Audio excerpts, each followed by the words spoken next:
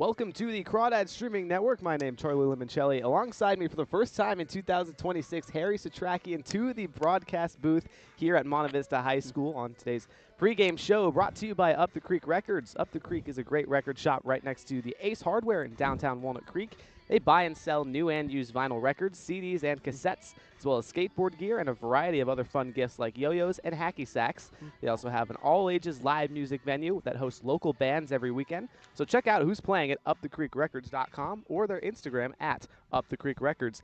Let's check out what's been happening up the creek. And Harry, it's kind of a tough one for Walnut Creek yesterday. Playing the San Luis Obispo Blues again today for the second time in 2 days. Yesterday, a 9-7 loss that the final score closer than really the game seemed to be throughout many of the innings in yesterday's action. The Crawdads trailed by as much as 5 at one point on, they had, I believe it was 7 runs on 12 hits or so. The Blues had 9 runs on 15 hits. It was just not a perfect game, all things said.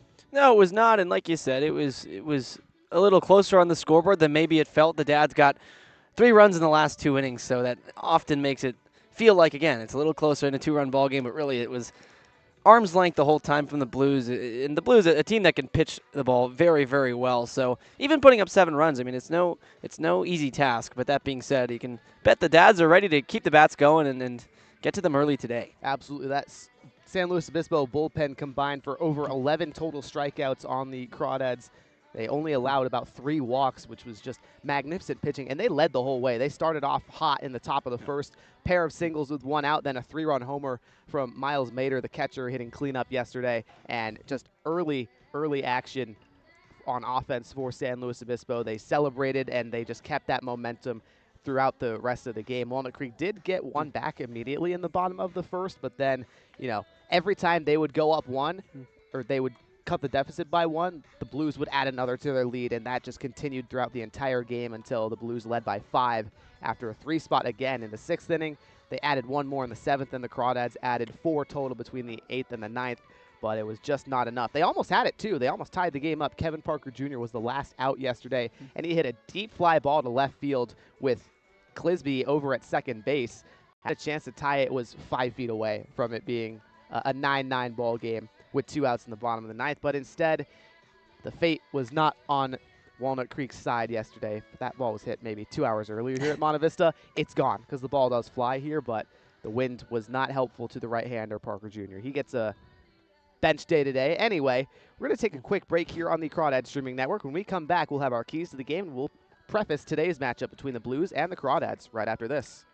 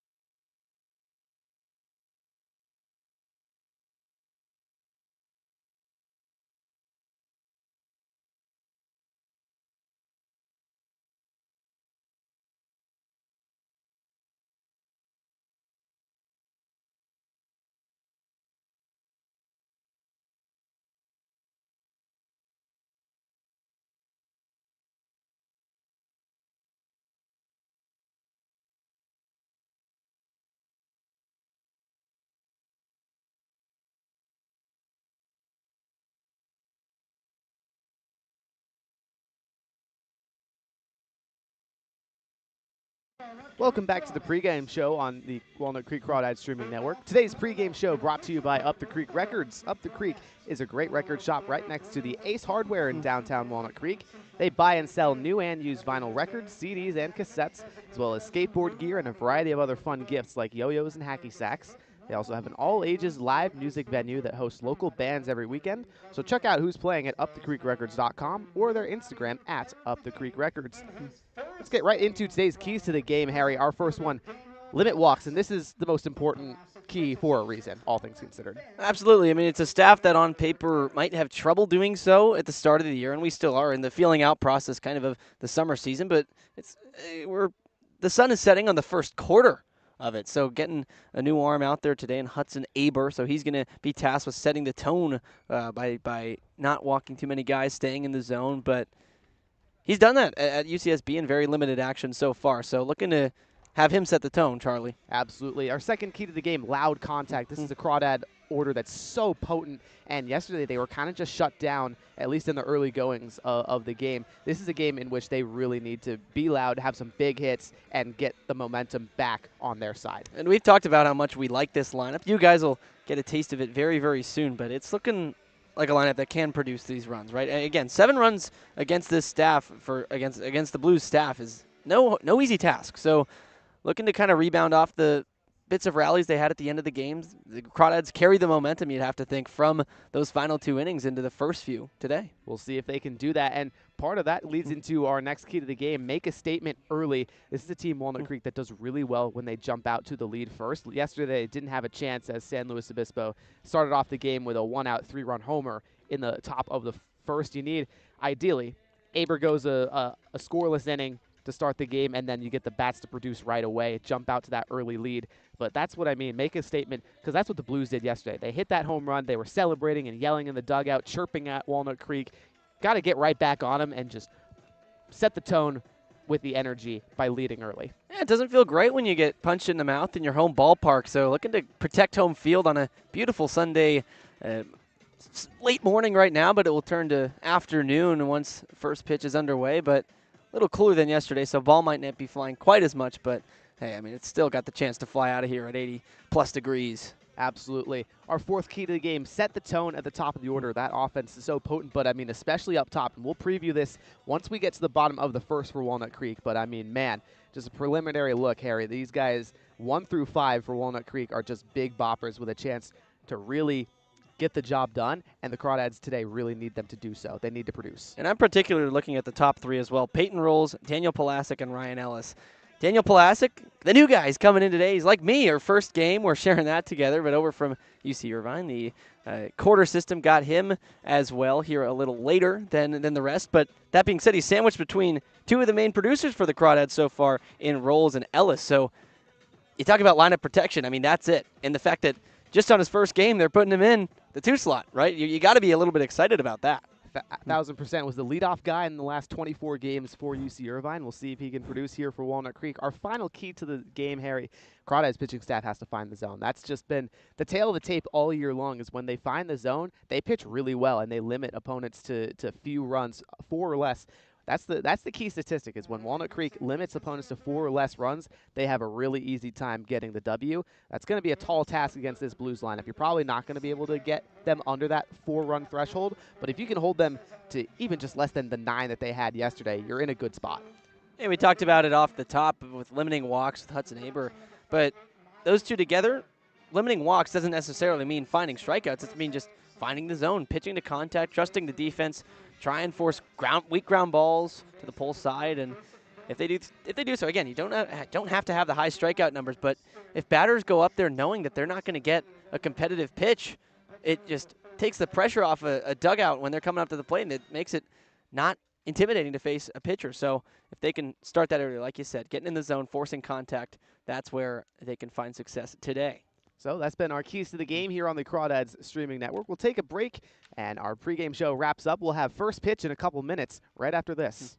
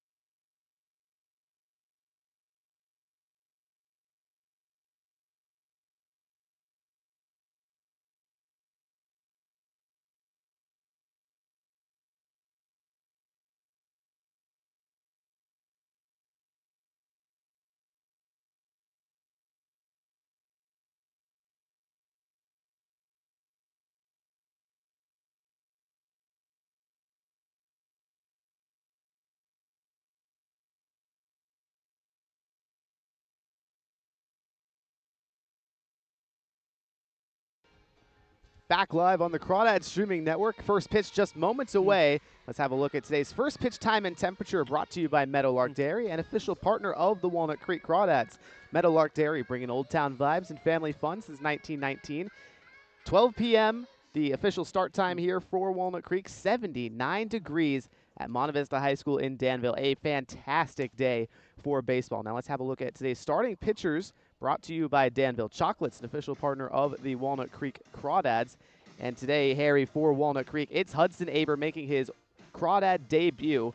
The 6'2", 195-pound right-hander, actually a native of right here in Danville, California. Went to San Ramon Valley, the rival of Monte Vista, but is a rising redshirt sophomore. Pitched 3 games this season at UC Santa Barbara. Yeah, we're absolutely psyched to have him here starting today. I mean, part of what could be one of the best pitching staffs in the country this year over in Southern California at Santa Barbara. You mentioned his 3 outings in the regular season for the Gauchos, 2 2/3, gave up 2 hits, 2 walks, 2 strikeouts, a lot of 2s, but he faced USC and UCLA and really held his own. Didn't give up a single run all season long, including to those 2 teams. Fantastic stuff in limited action for Aber. Let's look at the defense behind him today. Behind the dish, it's Riley Winchell, then Bryden Bull at first, Peyton Rolls at second, Elijah Ramos at short, TJ Woodson at third, then Daniel Pulasic making his debut in left field, Dylan Pettis in center, and Shane Aldridge. Stepping in for the Blues, CJ Moran, the center fielder, who had himself a very nice day yesterday playing first base. Now the umpires are going to request that all of the Blues pitching staff move into the dugout from the bullpen before we start play here. Didn't do that yesterday. So here we go. Aber, the righty, kicks and delivers. Inner third fastball for a strike. It's always good to start with a first pitch strike. That was our top key to today. Be in the zone. Was. Limit the walks. Good start. 1 for 1. Aber sets chest high. Now the 0-1 comes home. Moran off the end of his bat. Grounder to second. Rolls, collects, and fires the bull with plenty of time. 2 pitches, 1 out, top of the first. And it brings up Cesar Chavez, the left fielder. Let's have a look at the Blues lineup today. It's Moran, Chavez, and then Comerford in the 3 spot. Then cleanup Miles Mader, playing DH today instead of catcher. But that top 4, the same as it was yesterday. Then Kosei Suzuki in the 5 spot. Sean Rivas in the 6. Joseph Blank, 7. Kevin Spear, 8. And Diego Murillo. So those middle 3 from 6 to 8, also new. First offering to Chavez, outer third, called a strike. And how about Hudson Aber? Looks really good right now. Yeah, if he can hammer that outside corner right, he's getting a little extra there, looked like. That's going to be a spot to hit with that heater early in the count. The righty's 0-1 offering to Chavez. Skied foul, first base side, out of play. And now Chavez in an 0-2 hole. Chavez, this is now his 8th start for San Luis Obispo. .357 hitter with 7 runs driven in.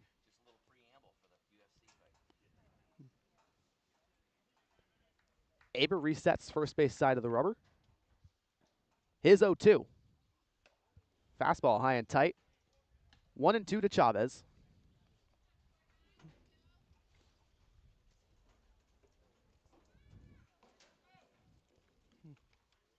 Chavez yesterday had a pair of hits, also reached base on a hit by pitch and a walk. The 1-2 to him. Breaking ball skied shallow center field. Pettis camps under it and makes the catch. Well, calling it loudly, it's going to be kind of important today. The wind, a little bit of a factor. I understand yesterday was blisteringly hot, but breeze, we're grateful for it today under the shade here, but came in a little bit. Drifting a bit to right center and in where it's blowing. So it might be hard to pop the ball out of here today. Yeah, wind is blowing in. Certainly going to be a factor. Here's Comerford with 2 outs and no one on in the top of the first. Aber's first delivery, off speed and upstairs. 1-0 to Brendan Comerford, another guy who had a pretty good day yesterday. 2 hits. Also drove in a run on an E5. Aber has this call from Winchell behind the dish. The 1-0 home. Fastball high and tight. 2 balls and no strikes. So far commanding the glove side very well, but the arm side a bit wild so far for Aber. Probably not going to have a very long start, Aber is, as the Crawdads want to build him up to be their full-time Sunday starter. The 2-0 misses outside this time. 3-0 to Comerford. And with 2 outs, hard to say if he's going to have a green light.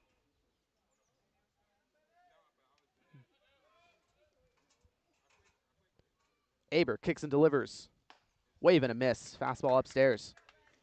Wow, so had the green light and saw it up. Probably swung at ball 4 a bit up. But now 3-1, still get a chance to get a good pitch if you're Comerford.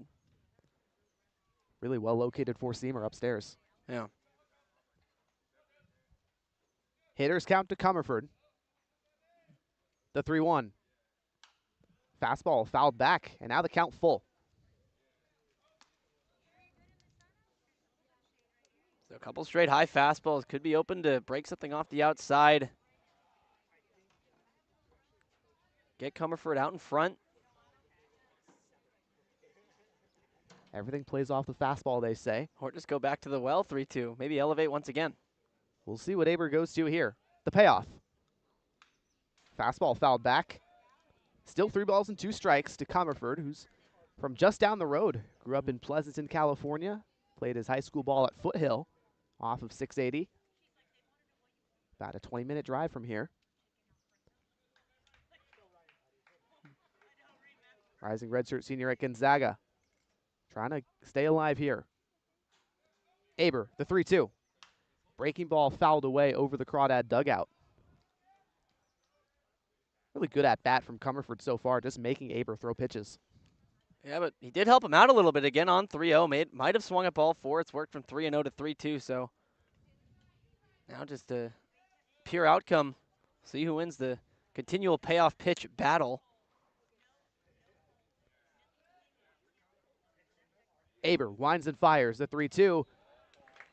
Front door breaking ball for a looking strikeout on Brendan Comerford. And how about Hudson Aber goes 1-2-3 to start his Crawdad debut. We'll head to the bottom of the first. Crawdads coming up to bat.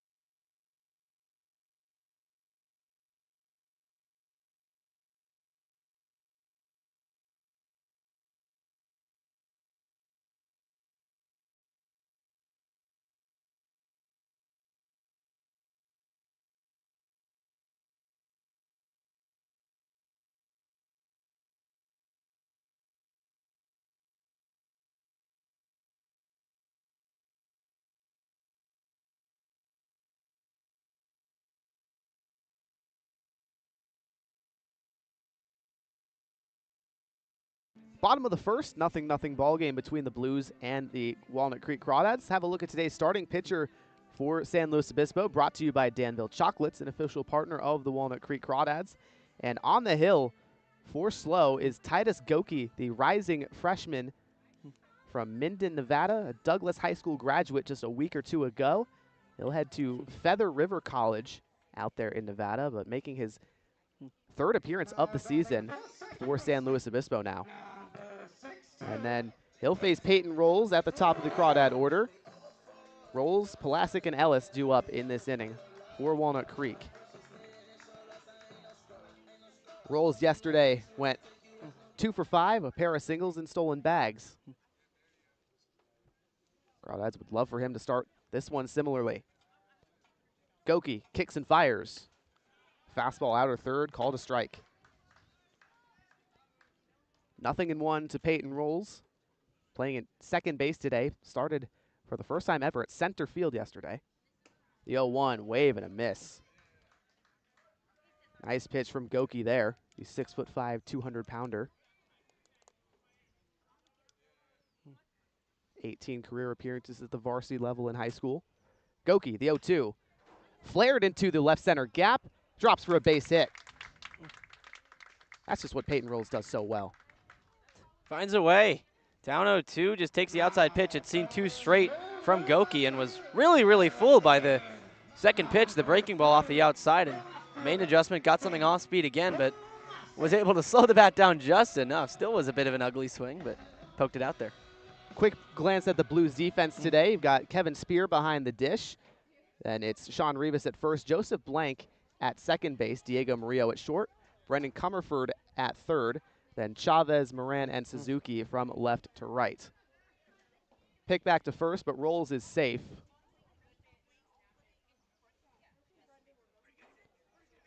Daniel Pulasic steps in. The first offering to him bounced in the dirt. Rolls takes off from first. The throw home in time. Was called a ball at the dish to Pulasic. But Peyton Rolls had 2 straight games with a stolen base. Will not extend that to 3. Well, might just have to wait a little longer. Not yet, perhaps. Now 1 out in the bottom of the first. The 1-0 to Pulasic, making his Crawdad debut. Outer third fastball for a strike. Pulasic, rising junior at UC Irvine after a season at Los Badanos Junior College. It's fantastic for the Anteaters this year. The 1-1, chopped foul, 1-2. And it's such a big adjustment going on from that JUCO level to D1, but he did a great job at 330 at UCI in his first year. Did miss about half the season with an injury, but when he was healthy, I mean, he was outstanding. Played and started 24 games. Another foul ball on the 1-2. Looks like it might have hit off of Pulasic's leg and went into fair territory, but home plate umpire Kate Pay pointed down towards the dirt, saying it's foul. Still 1-2 to Pulasic. Ellis on deck, another lefty that Goki will have to face in this inning. Pulasic, the 1-2 to him, bounces off of his foot. He'll take the free pass. 1 out base runner now for Ryan Ellis. Let's look at the Crawdad batting order today. Obviously, we've seen Rolls and Pulasic already. Ryan Ellis in the 3 spot, then Riley Winchell, the catcher, hitting 4th. Bryden Bull at first base in the 5 spot. Dylan Perez, the center fielder, hitting 6th. Elijah Ramos, the shortstop, 7th. Shane Aldridge playing right and hitting 8th. And TJ Woodson batting 9th and playing 3rd base. 1 out base runner for Ellis.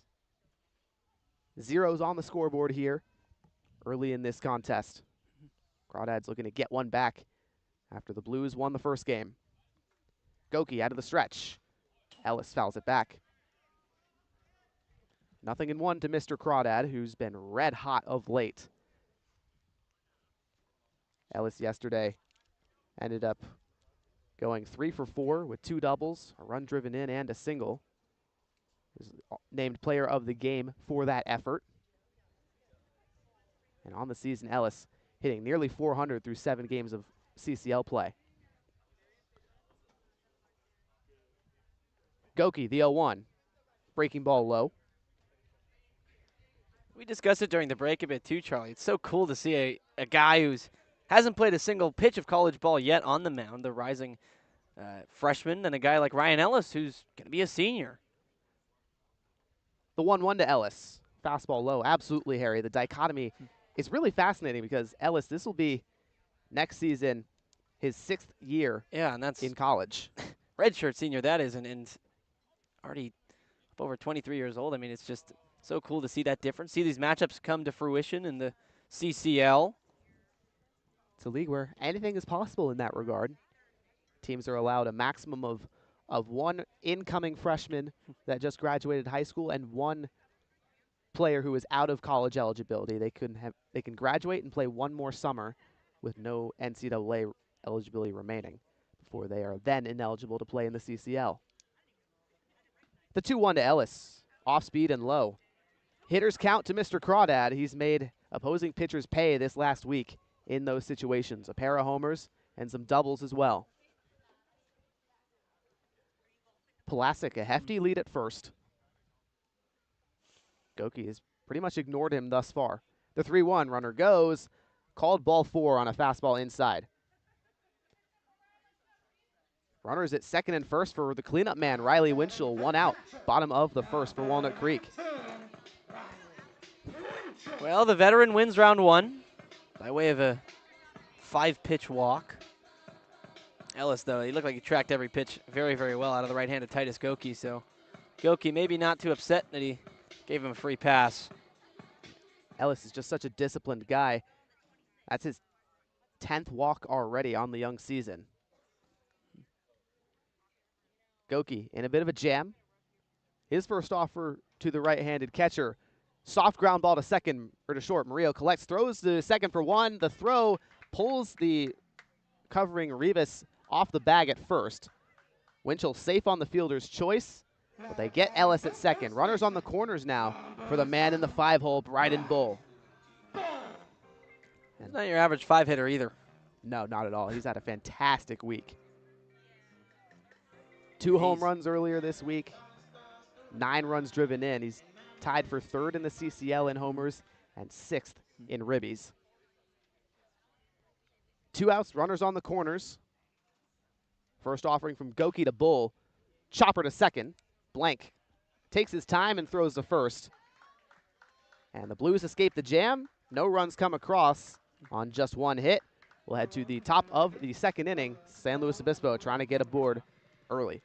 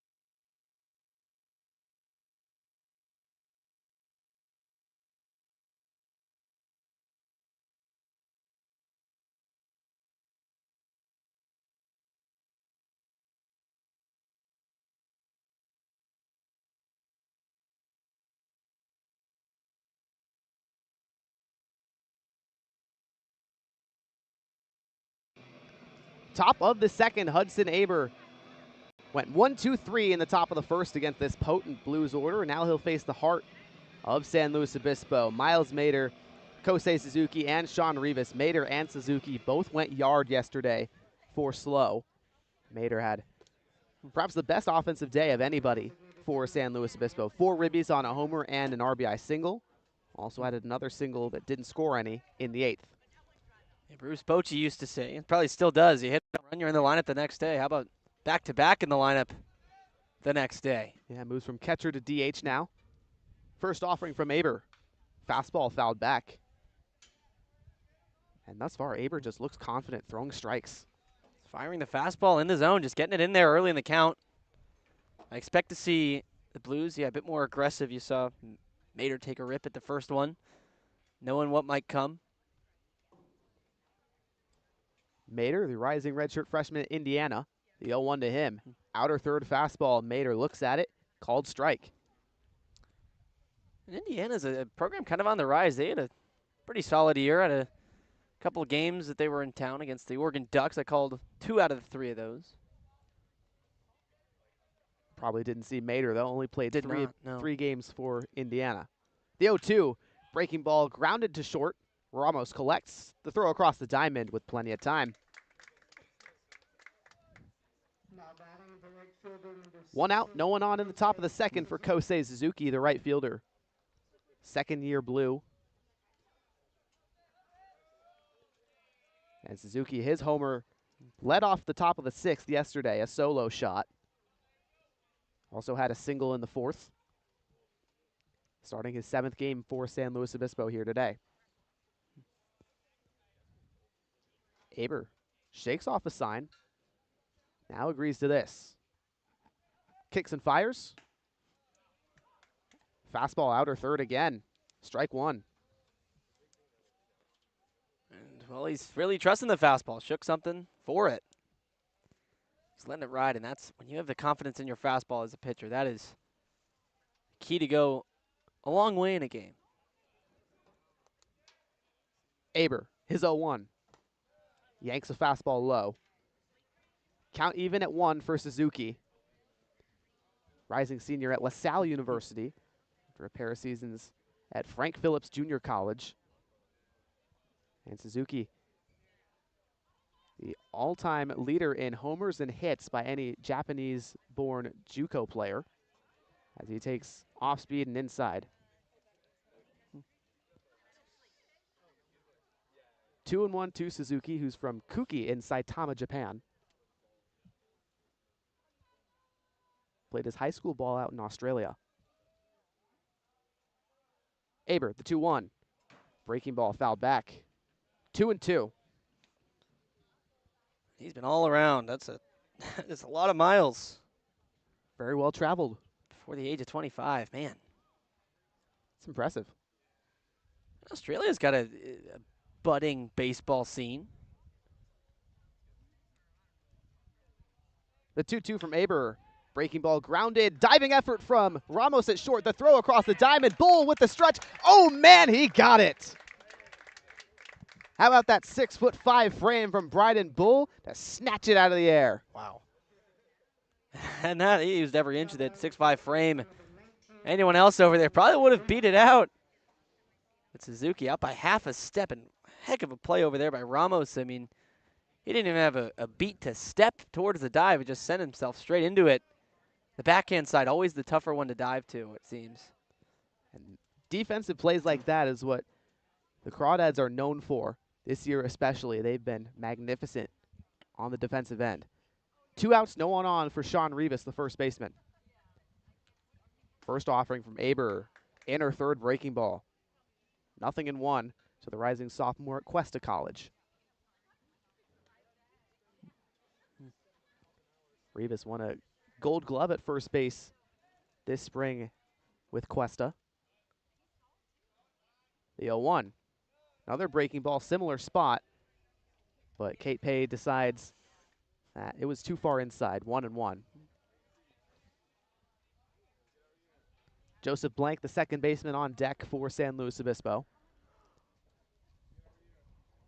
Aber, 3 shakeoffs. Now agrees to this.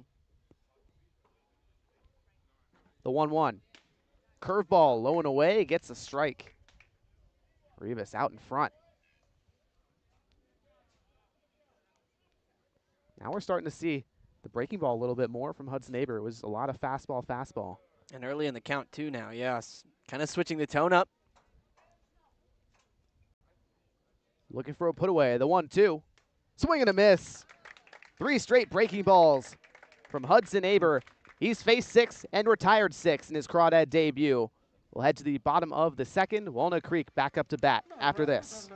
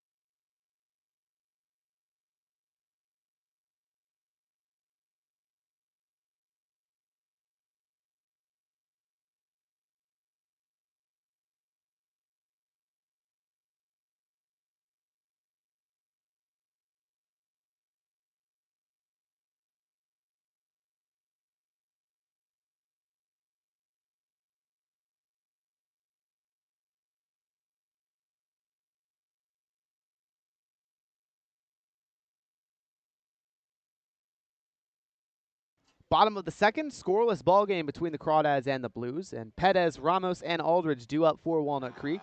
Titus Goki still on the hill. He had a pretty solid first inning of work, Harry. Just one hit, stranded two. No errors, no runs came across. Now he'll face the left-handed center fielder, Perez. Goki kicks and delivers. Fastball low. 1 ball and no strikes. Perez yesterday 0 for 4 with 3 strikeouts and a walk. A day to forget. The 1-0 from the Blues right-hander. Similar spot, similar result. 2-0.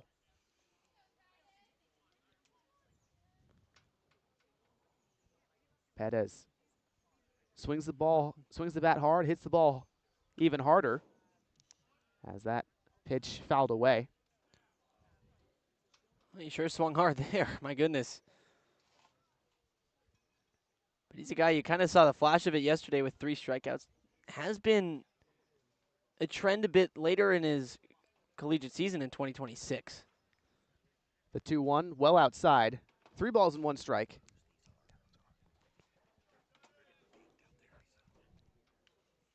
Hitters count to Perez. The 3-1 home.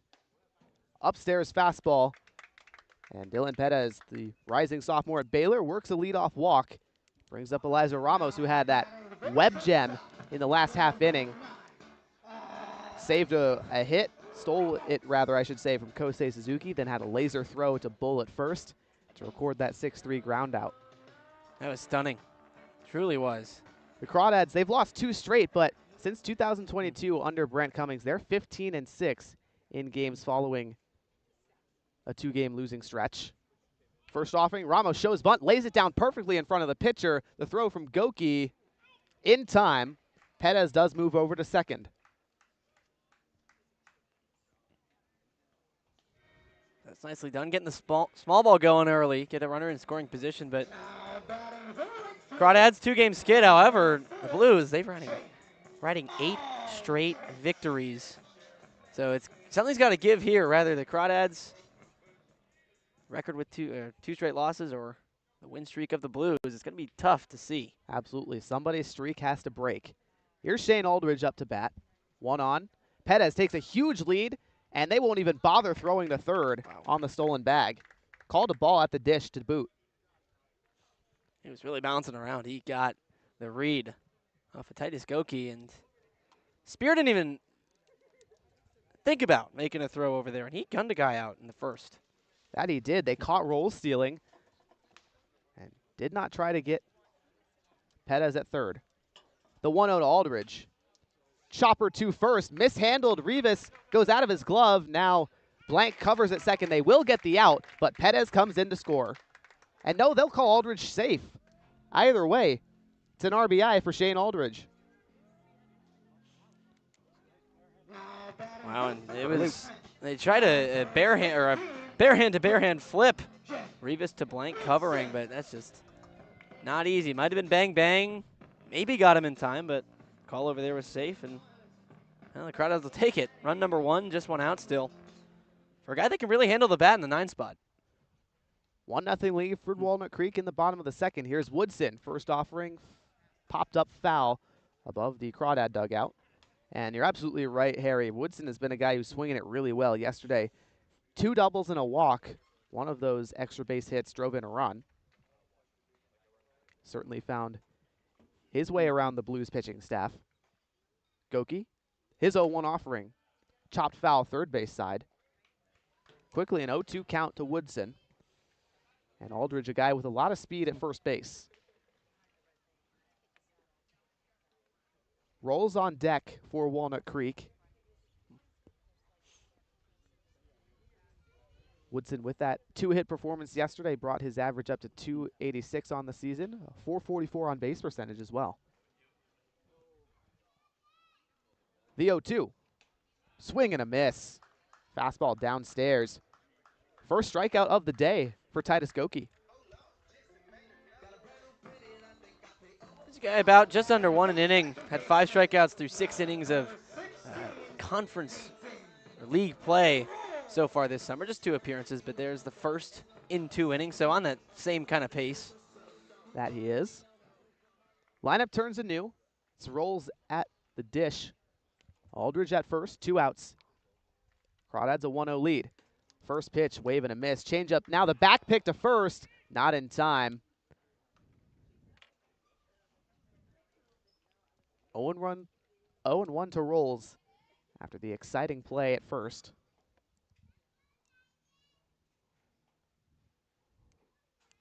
Goki comes set. Now the 0-1, a fastball high. 1-1 to Rolls. He singled in an 0-2 count to start the bottom of the first for Walnut Creek, then was caught stealing.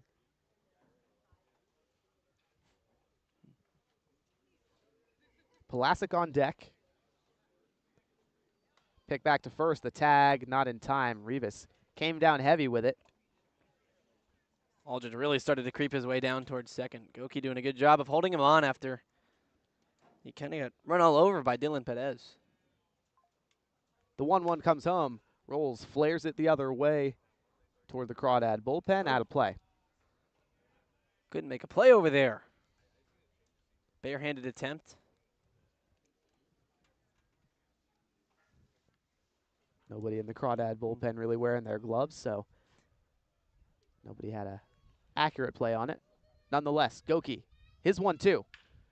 Grounder to short.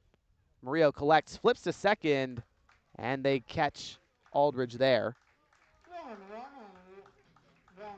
The ground out ends the inning. We'll head to the top of the third. Blues coming up to bat, trailing by 1.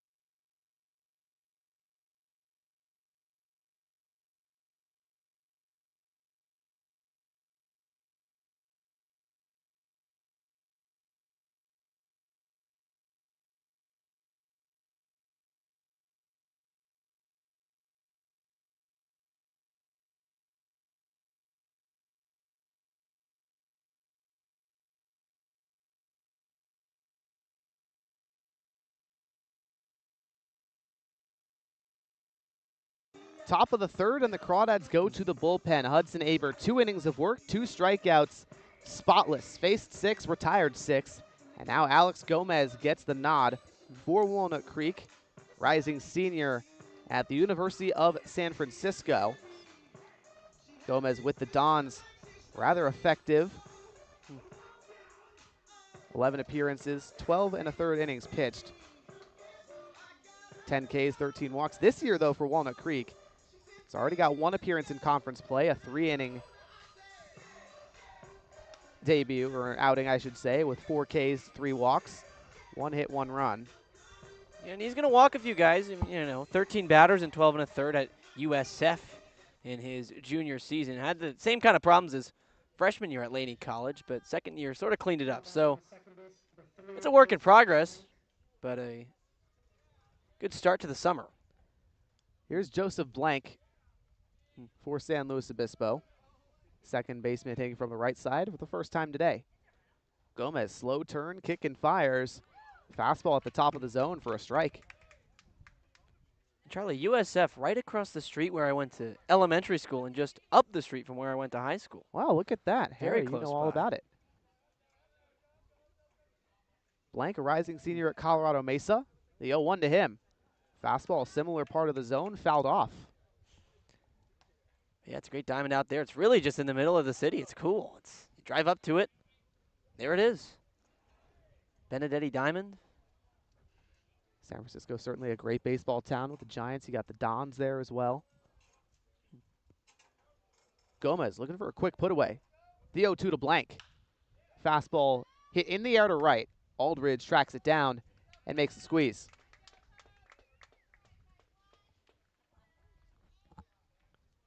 Three pitches for one out in the top of the third. The catcher, Kevin Spear, making his second appearance for San Luis Obispo here today. Gets his first at-bat of the day.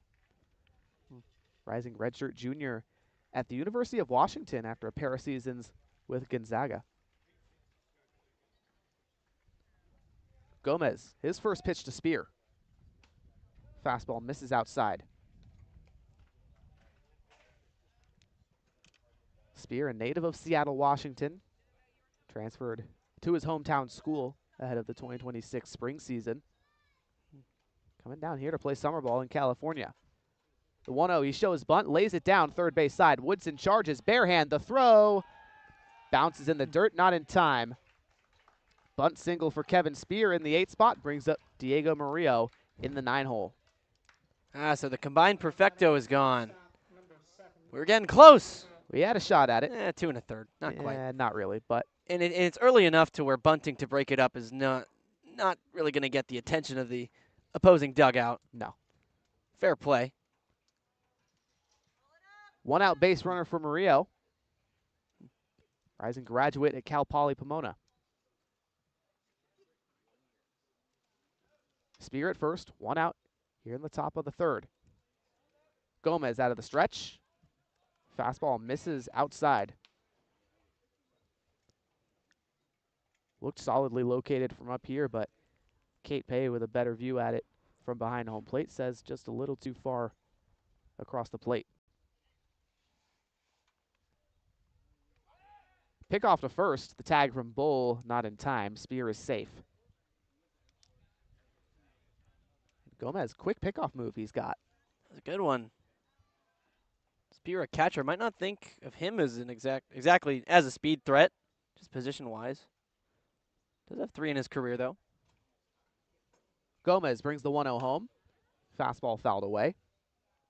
And, I mean, he bunted to get on, too, so. It was a really well-placed bunt, but he legged it out nonetheless. It catches you by surprise as a catcher.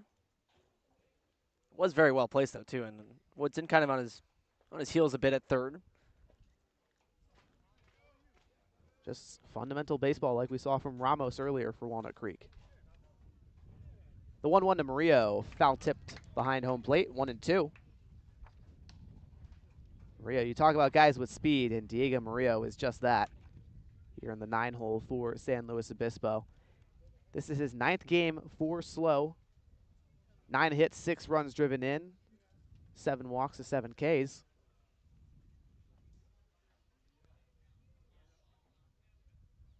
Gomez brings the 1-2 home. Another fastball fouled away over the Crawdad dugout. Count remains where it is. Murillo last season in the summer played for the Bend Elks up in the West Coast League. Shout out Aiden O'Neill, the play-by-play broadcaster there. Fellow Arizona State Sun Devil.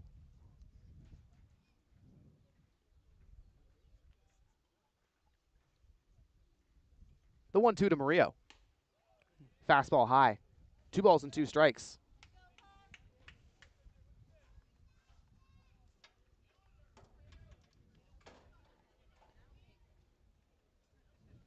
Gomez, his 3rd appearance overall here for Walnut Creek. His 2nd against CCL competition. The 2-2. Fastball high and inside.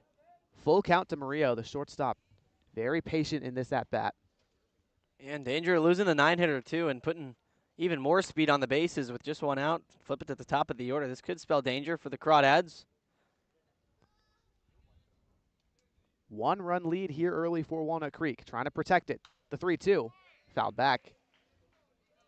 That's a real nice pitch there. Just trust the fastball. Let it ride. Challenge him.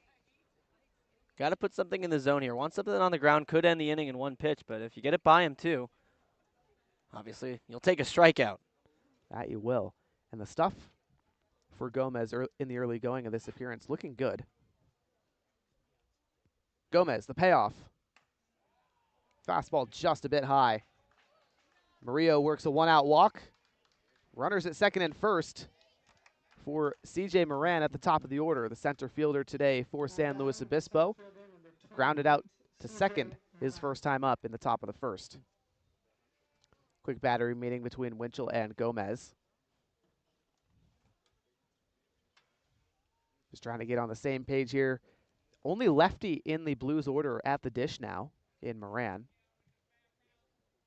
Like we mentioned back in the first, Moran had a solid day yesterday against Walnut Creek, a single in the ninth.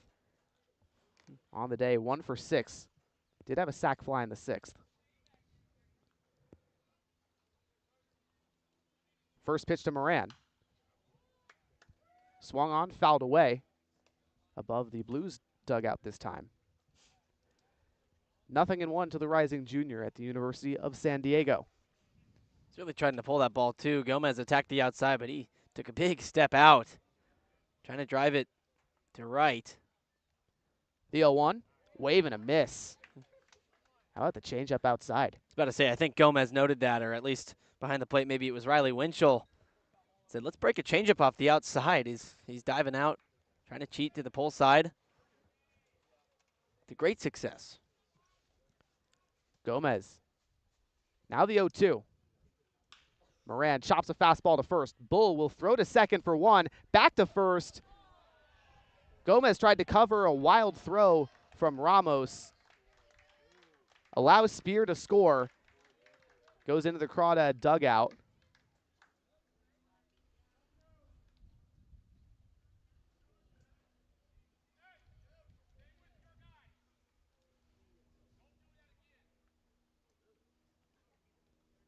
So a fielder's choice RBI for C.J. Moran ties up this ball game. 2 outs now in the top of the third. Chavez at the plate. And Moran takes an 8-foot lead at first base. Gomez out of the stretch. Fastball outside. 1-0 to the Blues left fielder, Chavez. Flew out to center field in the first.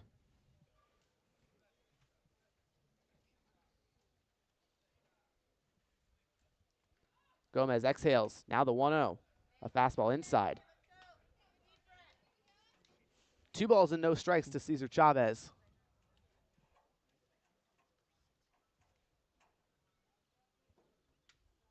Spear with the bunt single, then Moran. Fielder's choice RBI to drive him in.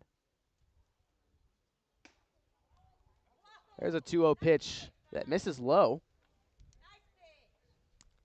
Thought that one looked pretty good. I would agree. Sometimes if you're not finding the zone, the close ones, they'll not give it to you. Gomez, the 3-0. Fastball this time at the knees for a strike. Look pretty similar.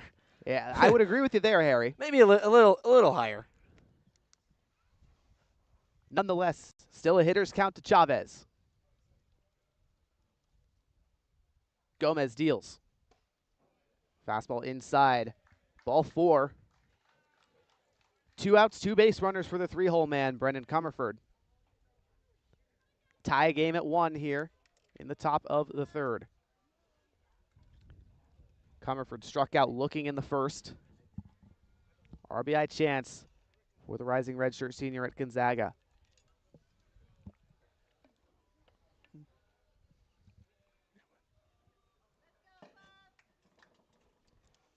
Gomez, the first offering. Fastball fouled back. 0-1 to Comerford. Blues dugout a bit more energized. You can hear the screams from them.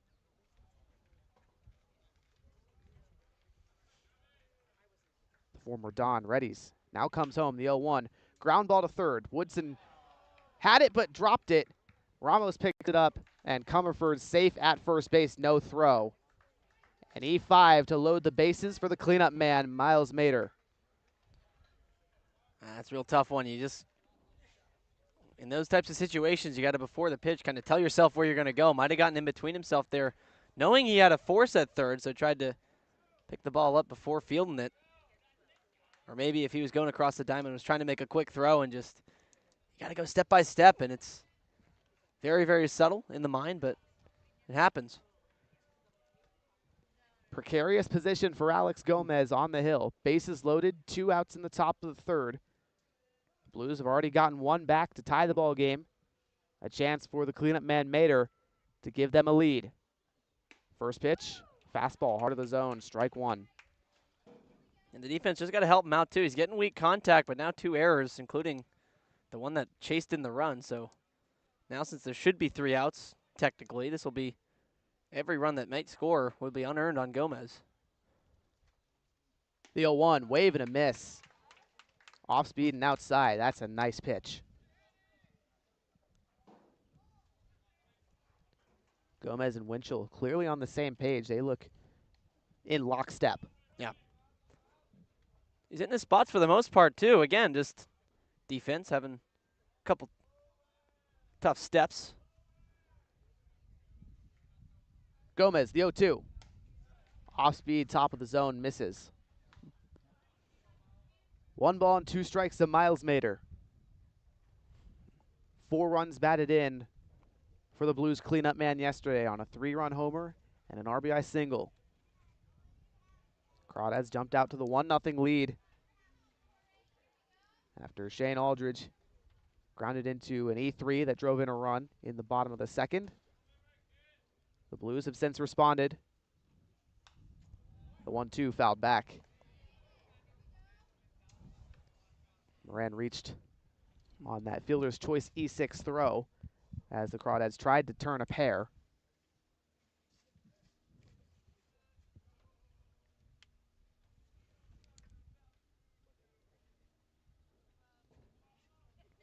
One and one against these two teams who met in the playoffs last year in the opening round. The Crawdads as a 2 seed, the Blues as a 3 seed. Gomez, the 1-2. Fastball high. And Mater seeing that high heater well now up above the zone. Fouled off the pitch before, which it also was around the letters. And now he knows he can lay off of it. So if Gomez can't get down from there, he runs into danger of walking in a run, but just got to settle in. Get it down, maybe throw an off-speed pitch here. Still have 2 balls to work with. The 2-2. Fastball fouled back. Mater stays alive. And Winchell and Gomez have gone 3 straight heaters. Or challenge him right away again. Shows what I know. But the battery for Walnut Creek clearly locked in. They have their attack plan. Gomez trying to get out of the bases loaded jam.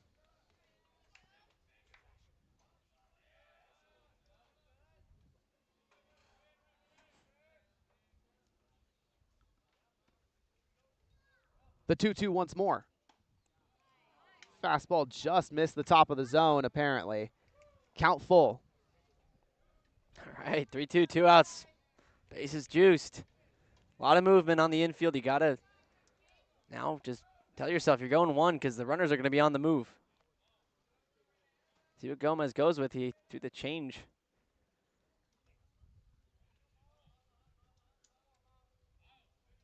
The righty turns and deals the payoff. Grounded right back to Gomez, deflects off his glove. Ramos picks it up at short. Nobody has a chance at it. Mater drives in a run. They'll give him the infield single. 2-1 lead for San Luis Obispo here in the top of the third with 2 outs.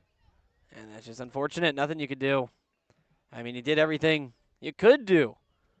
Got a weak ground ball towards the middle. Gomez had a shot at it, but also if he had let it go, shortstop Ramos could have, but instead neither of them get it.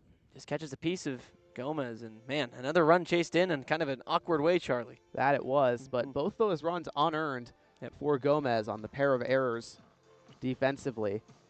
Moran able to reach on the E6 throw, and Comerford reached on the E5. Tough grounder for Woodson. Nonetheless, bases will still be loaded. 2 outs in the top of the third for Kosei Suzuki, the Blues right fielder. Another guy we know has power. He flashed it yesterday.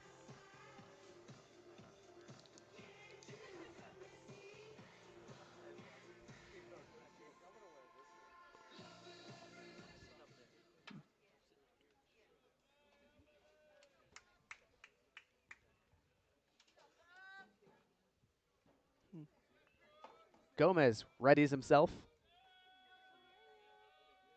First pitch to Suzuki.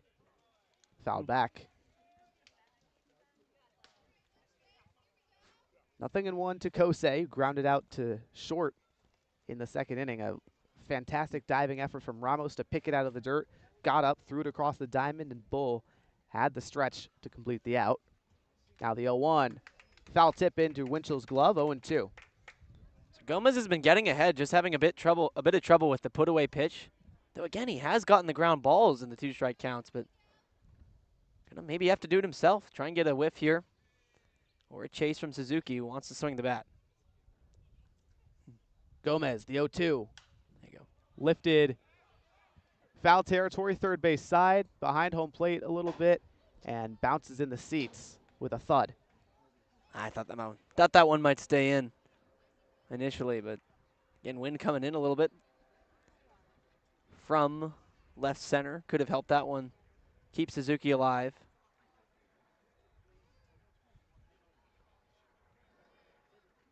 Still 0-2 to Suzuki. Gomez delivers again. Fastball line, just foul down the left field line. Crawdads escape what could have been a bases clearing double.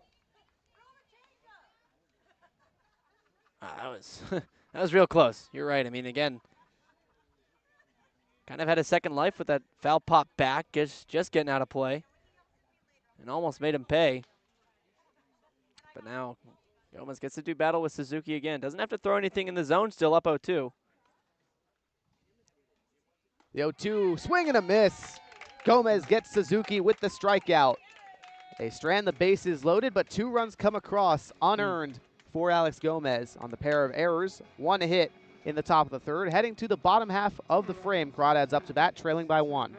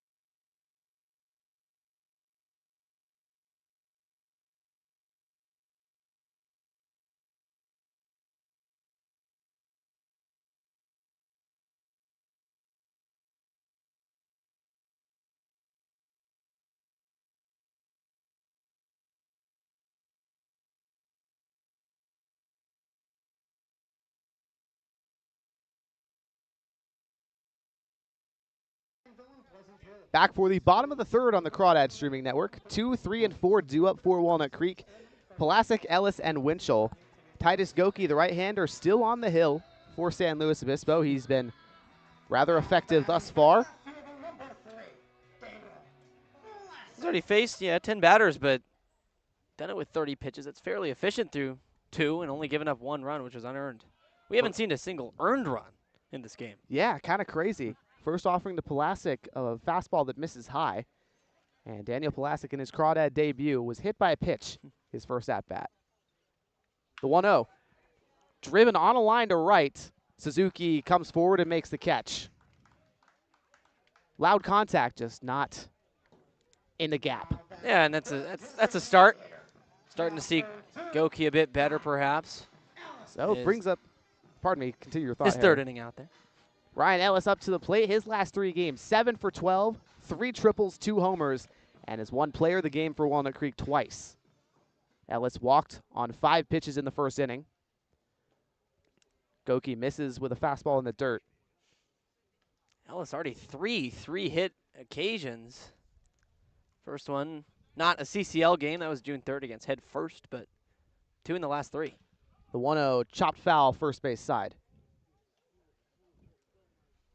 1-1 to Ellis, who just looks fantastic. Like the Ryan Ellis of old from 2022 and 2023, some of his best years with Walnut Creek, after he did have his best collegiate season this spring at Sacramento State. Goki, the 1-1. Bounces in the dirt and plunks Ellis in the backside. Well, that's the exact way you want to get hit. Something taken off of it a little bit in the dirt before it gets to you. 1 out base runner for the Crawdad cleanup guy, Riley Winchell. He reached on a fielder's choice in the first, in which Ellis was caught out at second base on a grounder to short. Well, that also puts excellent speed on first.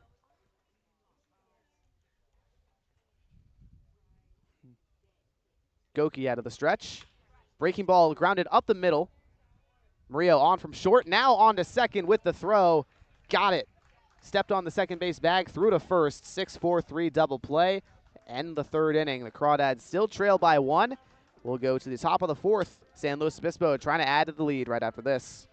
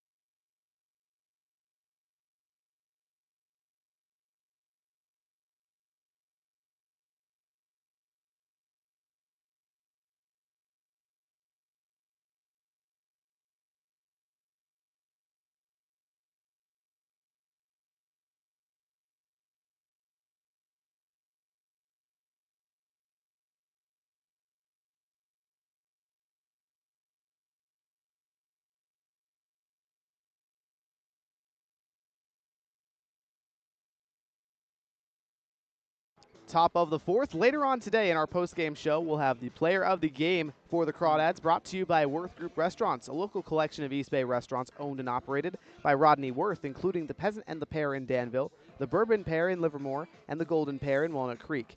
Worth Group Restaurants, an official partner of the Walnut Creek Crawdads. Alex Gomez comes back out for his second inning of work for Walnut Creek, and the bullpen in these last 3 games for the Crawdads, 7.71 ERA, 7.13 FIP. Their previous 3 games, 1.1 ERA, 2.53 FIP. They have just been kind of night and day. The difference between the last couple of games versus a week ago for the Crawdad pitching staff. Gomez will face 6, 7, and 8 for the Blues, Rivas, Blank, and Spear. The right-hander turns and delivers. First pitch to Rivas, bounces in the dirt. 1 ball and no strikes. Sean Rivas from Cuesta College struck out swinging against Aber to end the second inning. Now the 1-0 to him. Fastball upstairs, fouled away. Alessandro Martinez was warming up in the top of the 3rd in case Gomez couldn't get out of the jam. He did end up escaping, so Martinez is sat down. The 1-1 from Gomez. Check swing, fastball high and in. The appeal to first base.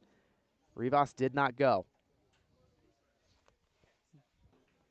So Gomez, 2 runs did come across, but neither earned. A pair of errors prevented the inning from ending back in the 3rd. The 2-1. Rivas lines it into center field. Perez went forward, now has to track back all the way to the wall. The throw into second base. Not in time. Rivas, a leadoff double for the Blues here in the top of the 4th. Well, that's the type of contact that every coach and player dreams about. The hard line drive that just keeps sailing and sailing. Almost rode it out of here. One hopped it off the center field wall, but man, that was a booming swing of the bat. Good contact, kept the swing level. Just trusted it again to keep riding up and up. Perez had no shot. So leadoff double. Time to see how Gomez deals with the pressure again. Did pretty well the inning before, all things considered, the 200 runs. Now he faces a runner in scoring position. Here's a ground ball to short. Ramos collects the throw on to first in the dirt. Bull picks it out for the out. So Blank retired on one pitch, but Rivas does move over to third. And Kevin Spear a chance to knock him in with only one out. As Ramos came in, the runner broke for third. Usually on a ground ball to the left side, fewer than two outs. If you're at second, you don't want to advance, but kind of a good read. That one not hit as well, and it made Elijah Ramos think about it too. He had a second where he started to look over to third, kind of speed himself up, but then was able to take a breath, slow himself down, and make the smart play all the way across the diamond. Third run of the game for San Luis Obispo, 90 feet away. And Gomez misses on a breaking ball low to Spear. 1 ball and no strikes. The Blues catcher in his first at-bat in the third had a one-out bunt single over towards third base. Later scored. The 1-0. Fastball misses high and inside. 2 balls and no strikes to Kevin Spear. Blues just such a potent team offensively. Give them an inch, they'll take a mile, as we've already seen. Gomez, the 2-0. Misses another fastball high. And leading the CCL standings so far, CCL North at 9-2. Done it with really good pitching and timely hitting. The 3-0 to Spear. Inner third fastball called a strike. And you're absolutely right, these Blues, they've started playing a little earlier than anybody else in the CCL. They played towards the tail end of May. They've already racked up 9 wins to just 2 losses. 1 to the Santa Maria Indians and 1 to the Sonoma Stompers. Now the 3-1. Spear fouls a heater back. Full count. Walnut Creek, on the other hand, started conference play with a loss to Sonoma, then rattled off a win against Alameda. 4 straight wins against Alameda, 2 of them against San Francisco, and then 1 against Menlo Park, for dropping Friday to Alameda and yesterday, obviously, to the Blues. Gomez, the payoff. Ground ball up the middle. Ramos over from short, collects, fires to first to retire Spear. Rivas does score from third. 4-1 lead, or 3-1 lead, excuse me, for San Luis Obispo. So again, Gomez making timely pitches to limit hard contact with runners in scoring position. That time, of course, runner on second, nobody out. Hard to keep him away from home plate in the end of things, but doing so with 2 groundouts is an accomplishment in itself. That it is, especially last game for Walnut Creek when it seemed like pitching could not get out of jams whatsoever when runners were in scoring position. First offering from Gomez to Murillo, fouled away, Crawdad dugout.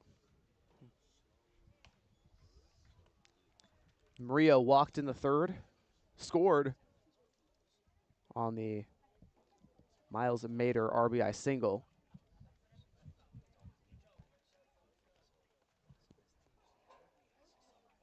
Base is empty, 2 outs in the top of the 4th. The 0-1 from Gomez.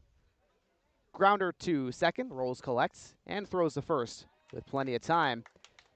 The Blues add 1 more in the top of the 4th. They lead 3-1. Home half of the inning coming up after this.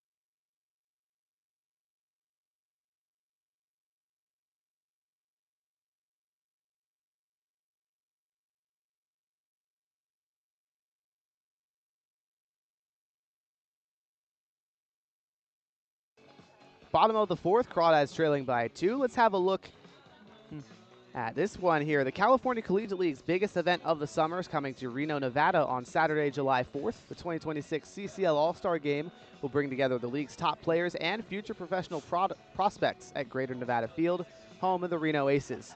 Following the game, fans will enjoy a spectacular fireworks show as part of the America 250 celebration.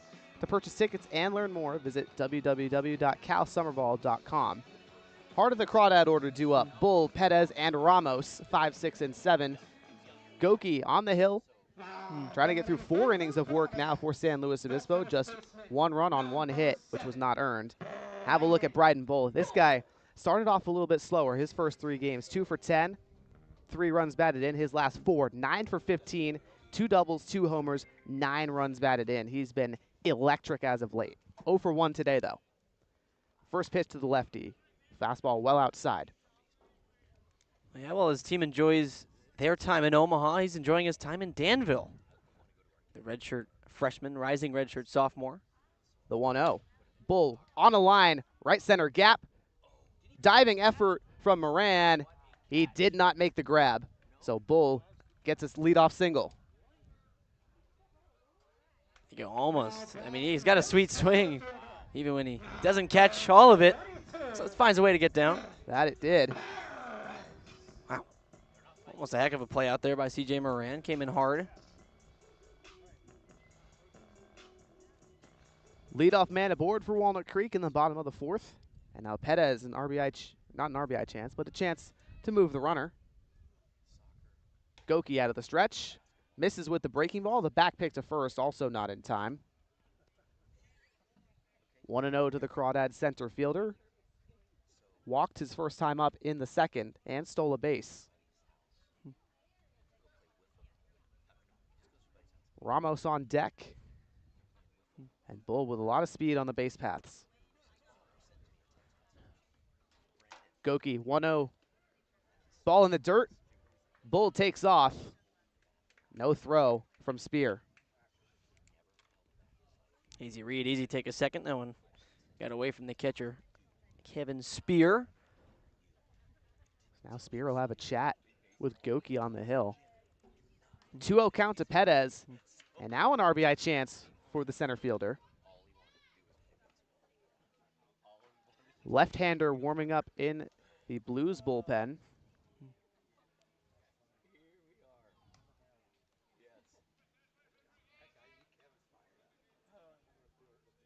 Goki resets, brings the 2-0 home. Hit high in the air to left field. Chavez finds his way under it and makes a squeeze. Bull fakes the tag from second.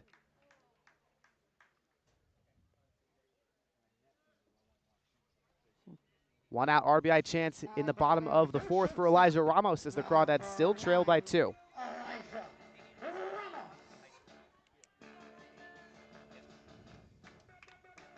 Got a good guy to do it too. Really handles the bat well, puts the ball into play, even if it ends up where he's retired at first. You'd think he's due for at least a productive out every time he steps up. He's just such a great hitter, great contact ability. First offering to Ramos, breaking ball hit on the ground to third. Comerford looks down, Bull at second, then throws across the diamond to get Ramos. Well, maybe I jinxed it. An unproductive out instead, pulled it on the ground. 2 outs. Crawdads in danger of stranding. Bull at second. Here's Shane Aldridge with a chance to do something about it. Aldridge reached on an E3 in the second, drove in a run. Aldridge and Bull both had yesterday off against the Blues. Crawdad right fielder ready to go on the left side of the plate.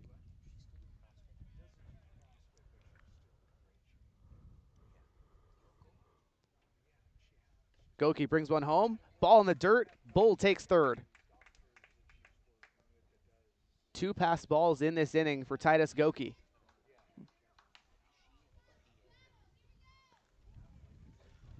Now Aldridge, all he has to do, soft contact to the outfield. Or just watch another pitch go to the backstop, the way this inning's gone for Goki. Very true.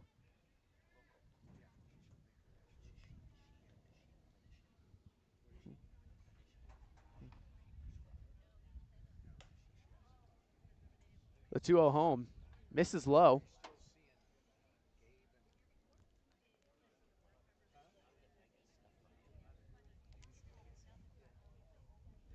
Three and 0 at the dish to Shane Aldridge. Goki trying to get a strike here. He will not. Pardon me, it was 2 and 0, so now 3 and 0.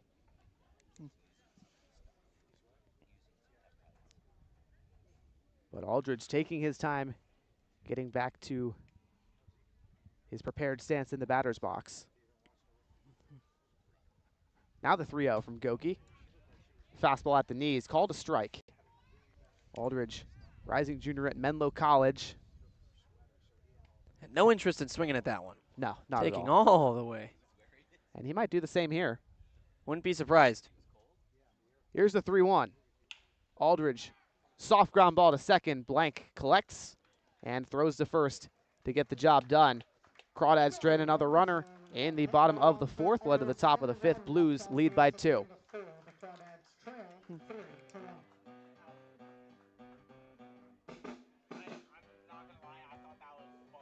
Yeah, you're good.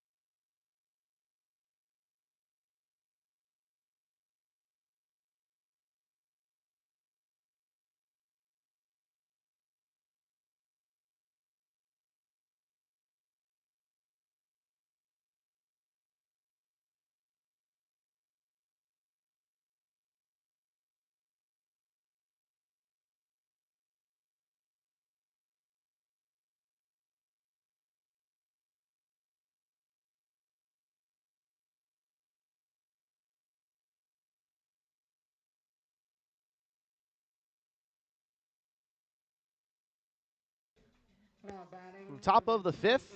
1-2-3 due up for the Blues as Gomez tries to get his third inning of work complete. Hudson Aber had a spectacular start for Walnut Creek. 2 innings, 2 strikeouts, no hits, no walks, no runs. He retired all 6 that he saw. Since then, 3 runs to Gomez's tally, 2 of them unearned. First offering to the left-hander Moran. Flared foul behind home plate. And lands behind us, out of play. Just a little scared on that one. Yeah, me too. Didn't know where it went. I don't know if this tarp will really give much to a baseball. There's only one way to find out, and I'm not sure I want to find out. Me either. It's always been a dream to catch a ball and while calling a game. The 0-1, wave and a miss. Gomez blows a fastball past Moran.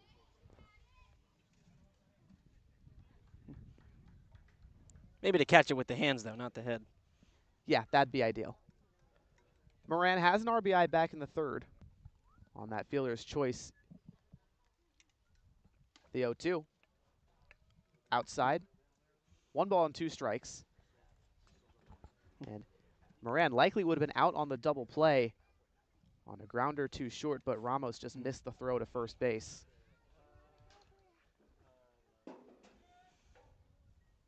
The 1-2. Hard ground ball, first base line. Whoa. And hits the Blues coach, who kicks it up and makes the snag. That was the ump over there. Wow. Impressive action over there. Well, you know, he is the blue over there.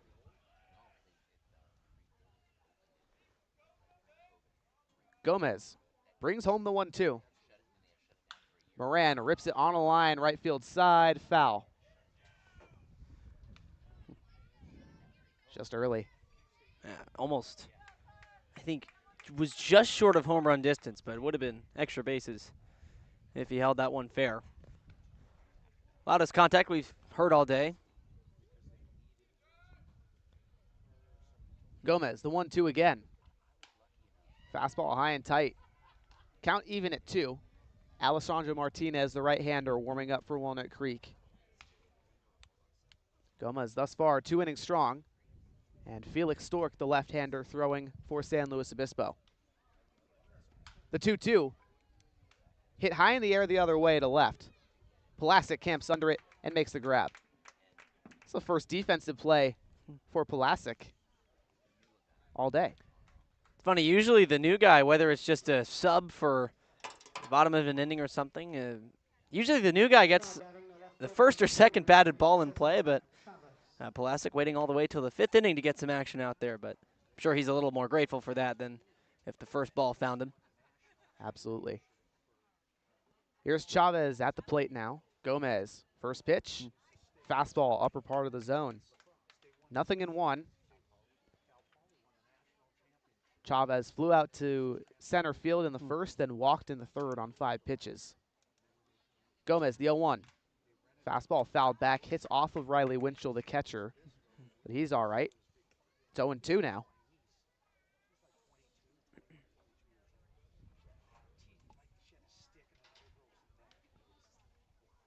One out, no one on in the top of the 5th. Gomez, his 0-2. Off the end of the bat, flared into right field. Aldridge charging forward, makes the catch. 2 out in the top of the 5th for Brendan Comerford. Top of the order hasn't gotten much going against the Crawdads pitchers today so far. Really was just that 3rd inning, but again, it started with an error on the fielder's choice, then a walk, and then a 3rd error. It's the only times they've been on base. First inning, they went down in order against Hudson Haber, and in danger of doing so again against Alex Gomez, who's really settled in nicely. Gomez, the first offering to Comerford. Fastball high. But yeah, this top of the Blues order, such a dangerous prospect for any pitching staff. They were so yesterday. Not so much today. The 1-0. Outer third fastball gets the strike. 1-1 to Comerford, a 3rd-year San Luis Obispo Blue. Now Gomez winds and delivers. Fouled off. Gomez 1 strike away from getting through his 3rd inning. Winchell got whacked by that one again off the hand this time, I believe, or the arm. Gives the thumbs up, though, to Kate Pay, walking back now, giving him some time. Home plate umpire-catcher relationship, always so important. Got to look out for each other. Absolutely.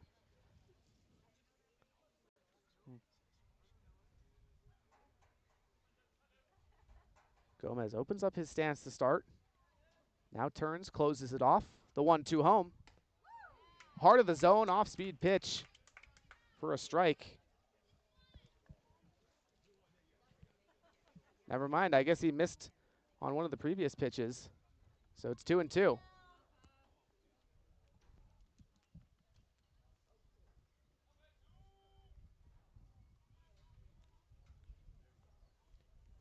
Gomez now on the 2-2 pitch. Soft grounder to short. Ramos collects, throws on one leg for the out. 1-2-3 for Alex Gomez in the top of the 5th. We'll head to the home half of the frame. Crawdads still trail by 2, and Harry Setrakian will take you folks the rest of the way on play-by-play.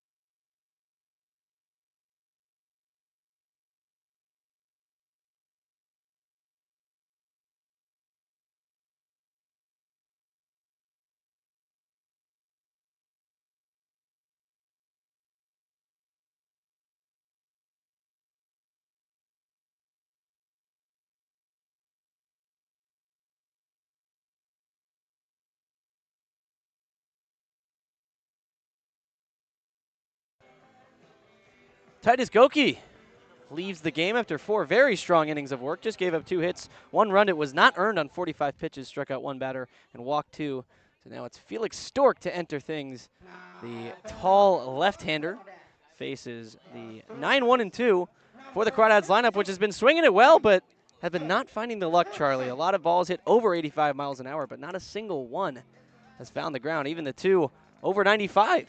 Yeah, they've been making that loud contact like we talked about in our keys to the game. Unfortunately, the Blues defense has been good, and they've had some bad ball and play luck in terms of the spots where everything landed.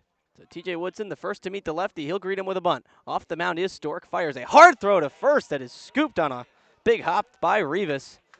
So an eventful first pitch, but PFP is completed on the attempt of a bunt single. And that's twice now the Crawdads have attempted a bunt over towards that third base side between the third baseman Comerford and the pitcher, and it has not worked either time. Rocket throw from Stork to nab Woodson. And I mean, that was a spike job too, but it was far enough up the line to where it bounced right up to the glove of Rivas. So now the top of the order, Peyton rolls, stands in. Righty meets the lefty, and he watches a fastball for strike 1. In his third attempt, a single and a fielder's choice is 1 for 2. Stork just goes from the stretch. He'll lift and fire, rolls a hard swing to the right center field gap. That one's hit well. Suzuki back, leaping up, had a beat on it, and makes the catch.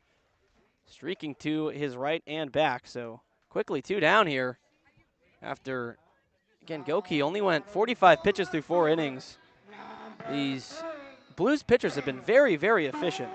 That they have, and they haven't had to work a whole lot. Not too many long counts apart from Ryan Ellis in his at-bats. Other than that, these Crawdads have been kind of jumpy at the plate. They're swinging at everything. Daniel Pulasic now looking to continue this inning. Only 4 pitches thrown, but 2 outs for Felix Stork in his opening inning of work. It's a lefty-lefty matchup, and Pulasic takes ball number 1. Pulasic 0 for 1, but has reached base via a hit by pitch in his first Crawdad plate appearance. Over from UC Irvine, arrived here today. That one in the dirt. Pulasic, a patient hitter, didn't walk too many times at Irvine, but he's really not going to swing at stuff that's out of the zone as well either. 10 strikeouts, 9 walks on the 2-0 count now. So he's plenty far ahead. He can stay disciplined and just try to get on board and let Ellis come up. Stork, the sophomore, right? Hometown kid from Slow, fires the 2-0, and now it goes to 3-0, that one in the dirt. Yeah, just more patience from Pulasic, forcing Stork really to work lefty-lefty, even though the pitcher has the advantage. Hasn't located well in this at-bat. So I assume Pulasic will be taken all the way. Here's the kick and the fire, and it's right down the middle. And he, in fact, watched that one all the way in for strike 1. So still way ahead is Pulasic, trying to keep the inning going. Again, you have to think that was always going to be a take, given Stork's 4-pitch, 2-out beginning of the inning. Now the 3-1. Down below the knees for ball 4. Pulasic on again. Very patient in his Crawdad debut here today. And liking the signs, what I'm seeing, he and Ellis just making these Blues pitchers work, something that the rest of the order hasn't done. So another lefty versus lefty matchup, though. Ellis has not been retired yet today. But again, I mean, the Crawdads are finding the barrels. Peyton rolls. We just showed that graphic, but another ball that was very likely hit over 85 miles an hour, just finding the glove of Kosei Suzuki in right. Now Stork deals with the runner on for the first time. His first pitch above the letters to Ellis for ball 1. I was going to say from the stretch for the first time, but he only pitches in the stretch. That he does. This time just with the runner on first. He gets to stare down Mr. Pulasic over there. As the lefty awaits, now comes home to Ellis, who fouls it back. A big swing. Yeah, big cut. Ellis liked what he saw. Just catches the end of the bat at an awkward angle. Not able to square it up. But Ryan Ellis just makes so much good contact throughout his Crawdad career and has really done so as well to start 2026. Arguably the most dangerous hitter in the Crawdad order. So at the chest now, Stork holding. He'll go home. Runner goes. Ellis fouls it back again. Had the hit and run or the run and hit on. Pulasic went on first motion of Stork, who enters the game for his second time this season already. And, well, he went 3 innings his first time out, and they didn't get anything off of him. No hits, just a walk to 5 strikeouts and 9 at-bats, so he was perfect, or just about perfect. Faced the minimum, did not give up a hit.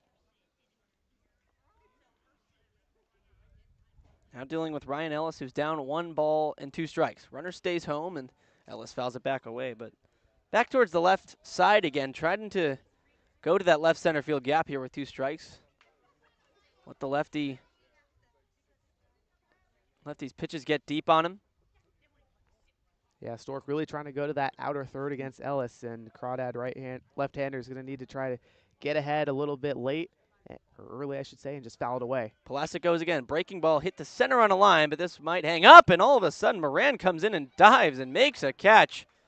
That one started to knuckle with some topspin on him. Looked like he had a beat, but ended up making the play anyways. So the Crawdads go down very quickly in the 5th, a walk and a runner left on. That was Pulasic, but a quick inning for Felix Stork.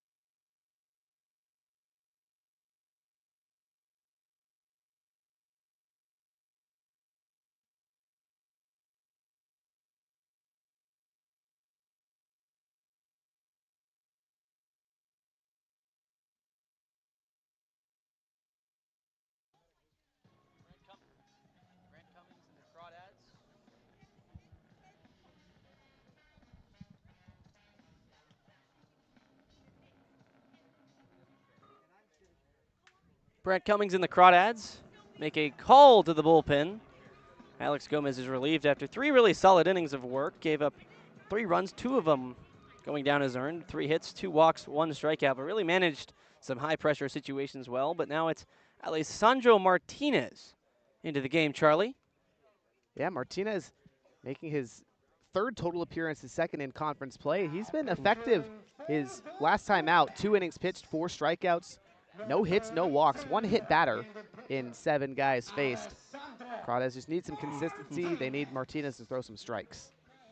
And getting into the final half of this game, just tasting 2 runs, so it's his job to keep the deficit exactly where it's at, but the offense has also got to help their pitchers out. I mean, the pitching has done a really solid job so far, again, managing this tough lineup, but Crawdads just a lot of quick outs. We were talking. They just need to be a little bit more patient, it feels like right now, Charlie. That they do. But part of that is continuing to stay consistent on the pitching side of things, keep the momentum on the Crawdads side. After a 1-2-3 5th inning by Alex Gomez, Alessandro Martinez faces the middle third, 4, 5, and 6. First one from him is a ball to Miles Mader, who's 1 for 2 with a single.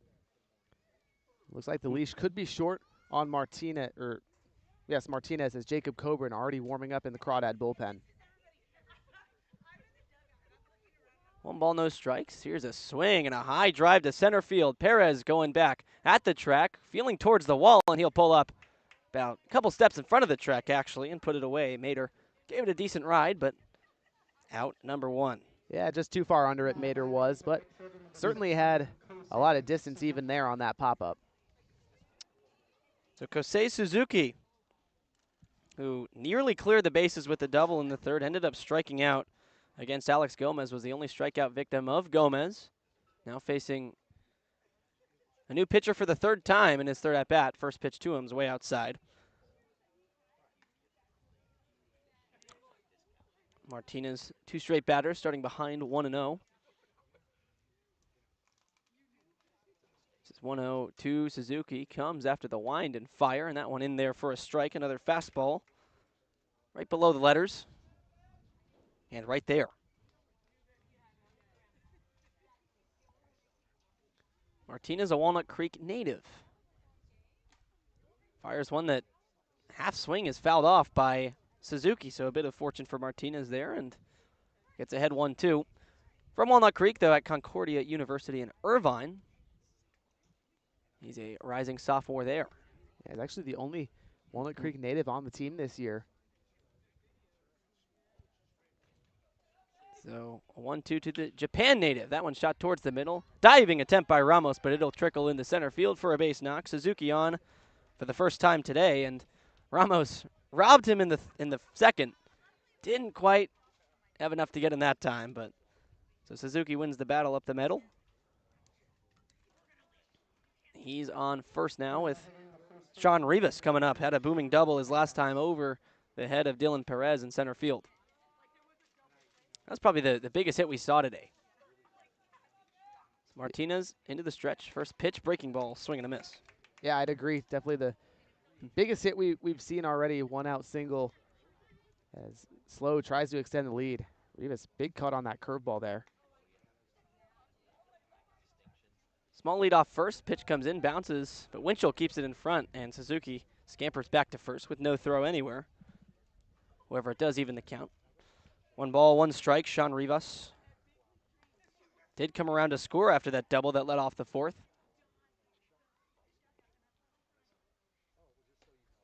Another breaking ball right in there for a strike. So Martinez setting the tone with the off speed. Goes to 1-2. And really nice frame job there from Riley Winchell behind the dish. Probably gave Martinez an extra strike call, and that's what he's so good at behind the dish. That's why he's here on the Crawdad team. Another breaker this time bounces away to the left of Winchell, and Suzuki will trot into second off the wild pitch. So 2 balls, 2 strikes, and now a runner in scoring position with just 1 out. Becomes a pressure pitch for Alessandro Martinez after he seemed pretty in control of this at-bat and this inning. Yeah, he's just gone curveball, curveball, curveball, and Rivas finally saw it the whole way through this time. It bounced on the mistake there. Now Martinez has to consider his options. Fastball in there, called strike 3. Went off the breaking ball through the heater, and it's the first Crawdad strikeout since the 3rd inning. Really well located on the outer third. Martinez just, after going curveball, curveball, curveball, finally decides to change the speeds. Rivas really wasn't ready for it, and Martinez well located. Winchell helps him out, setting up in that spot, gets the K. So got the strikeout looking. Now 2 down with runner on second. Strike 1 is fired to Joseph Blank, the second baseman, batting 7th.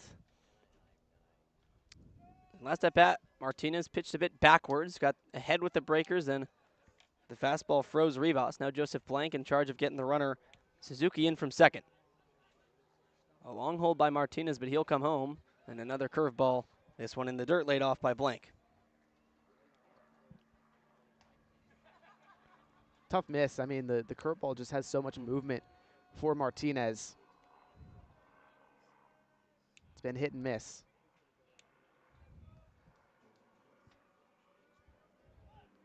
1-1 count. 3 checks to Suzuki at second. Now a fastball just off the outside, a bit low as well. Ball number 2, Blank goes ahead. 2 balls, 1 strike.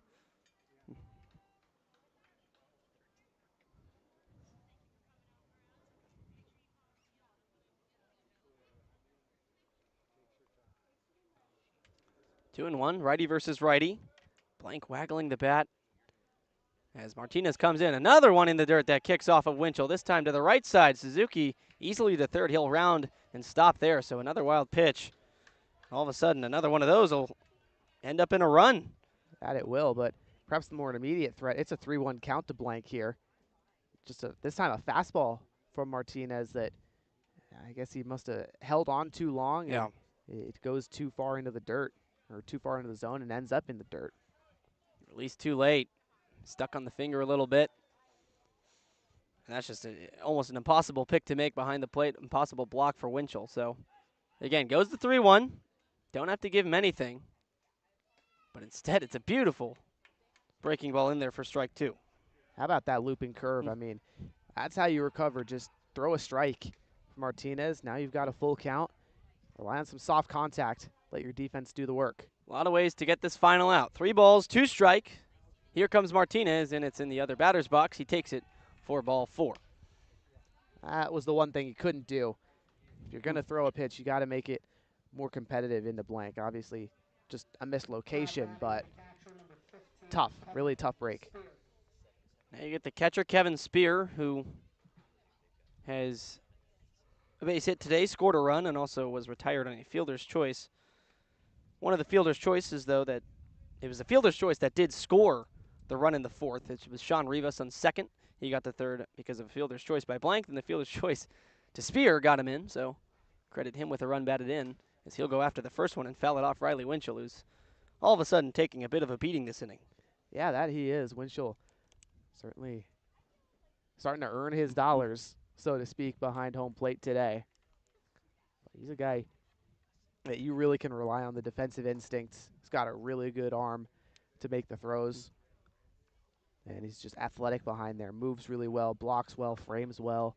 It's just a fantastic all-around catcher.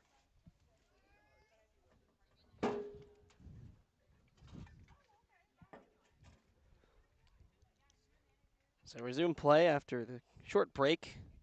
No balls, 1 strike off the foul tip. Martinez comes in with the breaker for strike 2. He's really finding the zone with that. Setting the tone early in counts, Charlie. That he is. I mean, early in the counts, Martinez looks really good. The fastball and the curveball doing the job. But then later in the counts, once these Blues hitters see a few and he works a couple balls, kind of loses the command. So runners on the corner, no balls, 2 strikes, 2 outs. Runner from first goes, and he bounces it. Winchell, a Herculean block, and they will allow Blank to take second base. And Blank and the Blues coaching staff had to know that up 0-2, he might want to try that curveball in the dirt, and they took a good opportunity to swipe that bag. So Blank now to second. Runner on third is still Kosei Suzuki. Martinez and the Crawdads have to keep it here at a 2-run deficit. I mean, 3 runs isn't the worst, but really need a put-away pitch here. Now a single would score 2 as well, so it's a valuable stolen base. 1-2, again in the dirt, and again laid off by Kevin Spear, so works it to 2-2. This is what you don't want to do. You don't want to put yourself in a situation where you got to, be in a 3-ball count, want to lay something over the middle, but Spear has been patient and has swung the bat relatively well today, so this is the pitch you have to make here. 2 balls, 2 strikes. Martinez steps off. Probably wise. Just step off, recollect, make sure you're on the same page with Winchell. But to me, it looks like Martinez isn't trusting the fastball as much later in counts. So 2-2, we'll see what he goes with. Gets the sign from Winchell. Here he comes. It is the fastball, and he pulls it outside again, Charlie. So 3-2. He's been missing on that outer half, or perhaps beyond that outer half.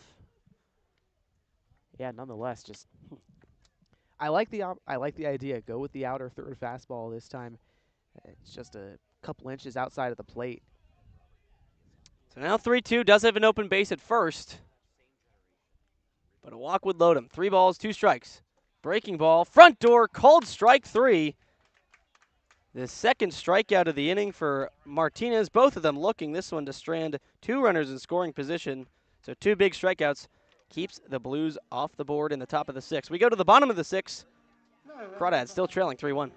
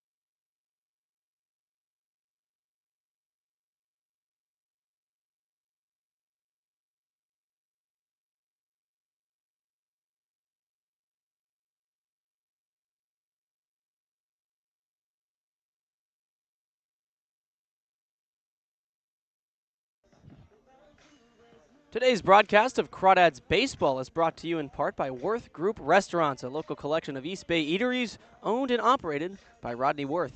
It includes the Peasant and the Pear in Danville, the Bourbon Pear in Livermore, and the Golden Pear in Walnut Creek. That sounds delicious, Charlie. Yeah, it does.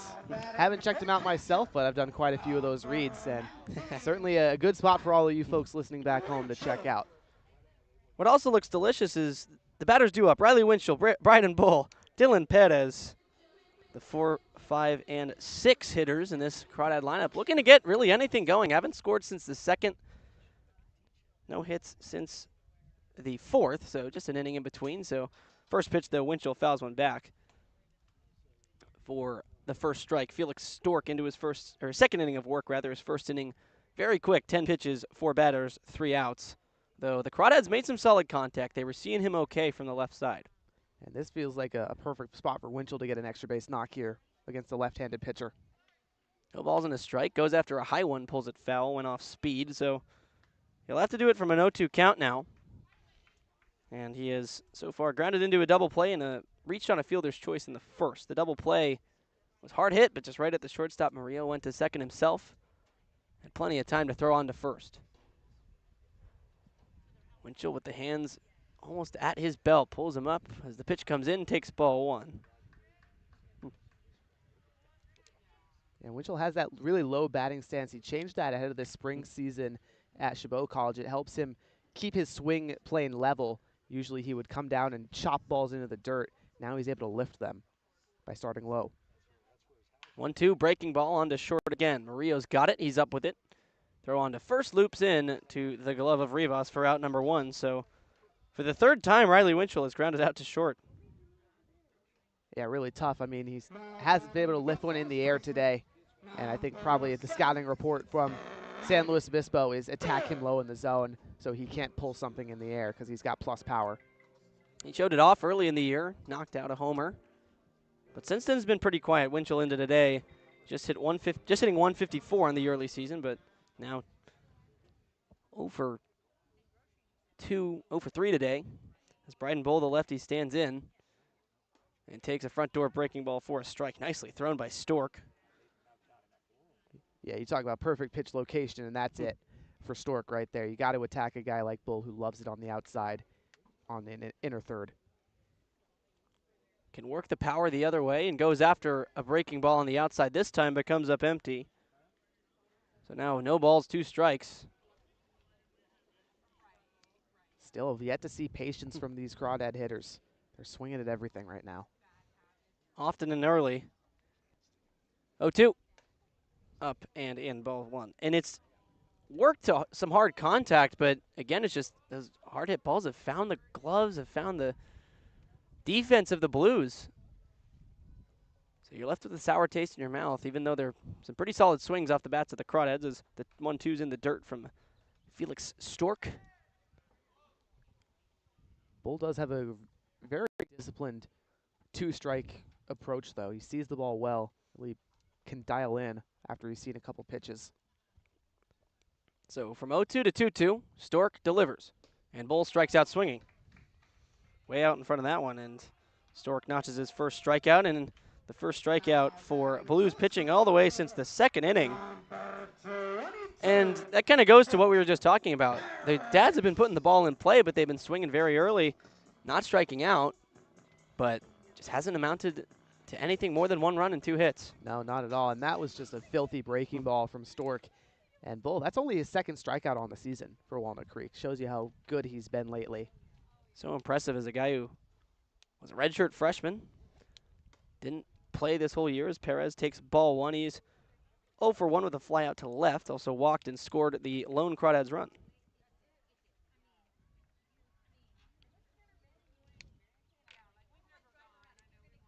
So ahead 1-0 early.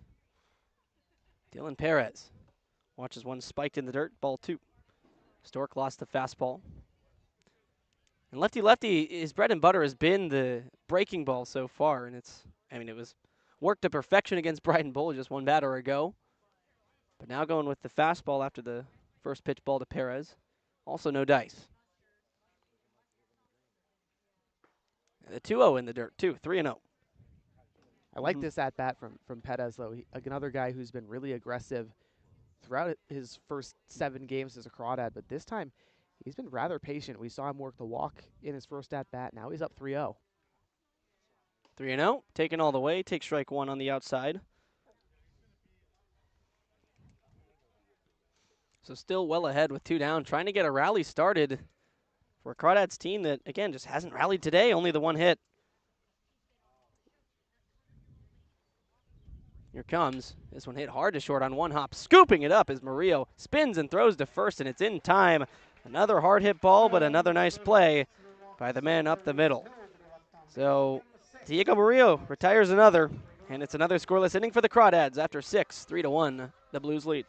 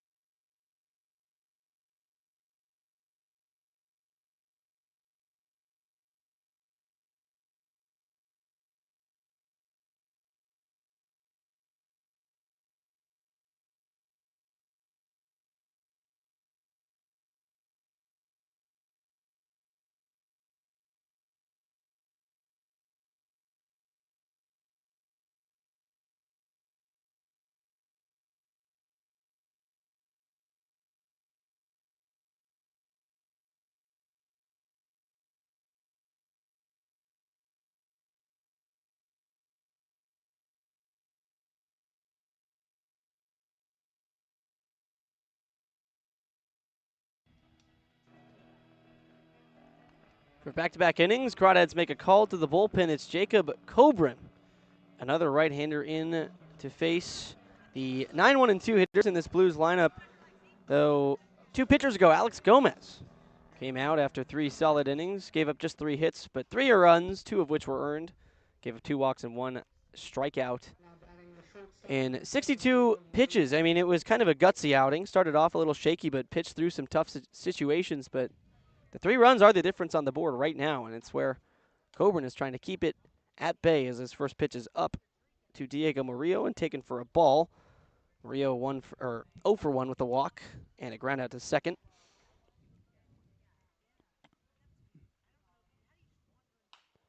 As the next pitch fouled away off the right side, so 1 ball, 1 strike. That's really what it's about for Coburn, is just locating strikes. We've seen the stuff. You know, he has that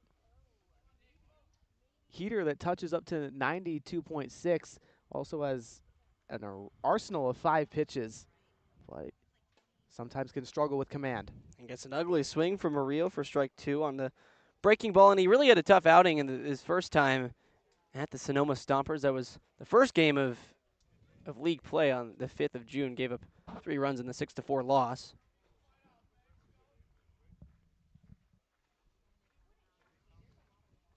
This is 1-2, is way up and away for ball number 2.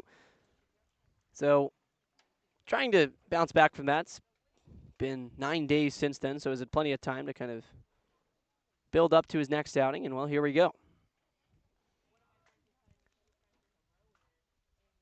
2-2, tipped into the mitt, no, and out. Winchell can't quite hang on. So stays alive. Second life for Diego Murillo, the 9th-place hitter and shortstop, who made a pair of plays to start and end the 6th inning. Yeah, he's been masterful defensively. Yeah, he's looking very calm out there. Even on those hard hit balls, had a nice play to end the inning, especially against Dylan Perez. Now waits on that one, fouls it away off the fists. So Remains 2 balls and 2 strikes. Jacob Coburn, one of the several Sacramento State players on this Crawdads roster. The Hornets. Pitch comes in, fouled back. Yeah, Murillo just doing a nice job battling, making Coburn throw really good pitches. And like you mentioned, Coburn, one of 3 Sacramento State Hornets, along with Ryan Ellis and Devin James, who started on the hill for Walnut Creek yesterday. So Stinger's up here in Danville. 2-2 coming in, waits on it again up the middle, and it's off of Corbin. He'll race off the mound. Coburn, that is, and he got struck hard. He makes no throw, and that's going to cause for some concern, though. I mean, he's walking off the mound like he's doing all right, but that one looked like caught the right hip, perhaps. Yeah, really tough, hard contact up the middle. They'll give Murillo a hit. Definitely, yeah. But yeah, this is what you're afraid of from Coburn. Once you've got base runners on, he struggles to throw strikes. And now he's going to have to do it with a big bruise on his right hip, too. Yeah, that too. That one stings. So just got to kind of focus in. And I mean, it's the top of the order now. You hope for fewer things on your mind when you have to face C.J. Moran in the top of this Blues order. But from the stretch, first pitch inside to Moran with Murillo off at first.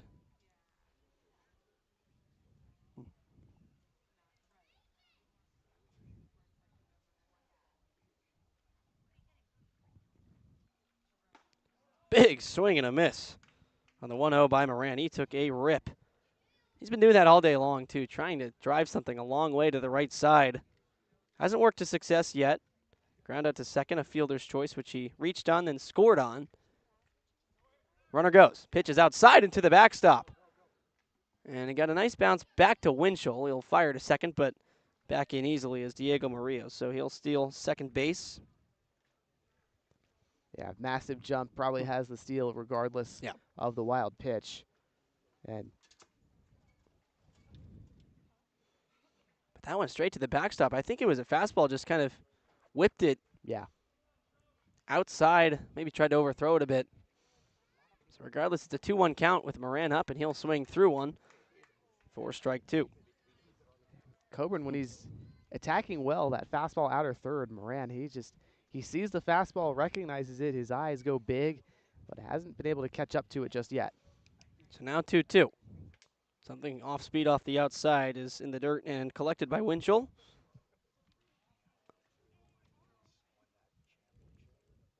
So evens it up to 3 balls, 2 strikes, full count, open base at first with nobody out.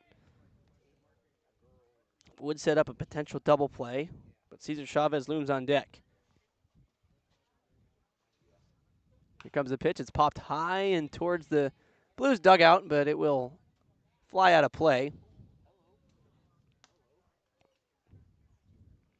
So still doing battle on 3-2. That we are. Moran doing a nice job staying alive. He's been able to catch up to the pivotal pitches against Coburn.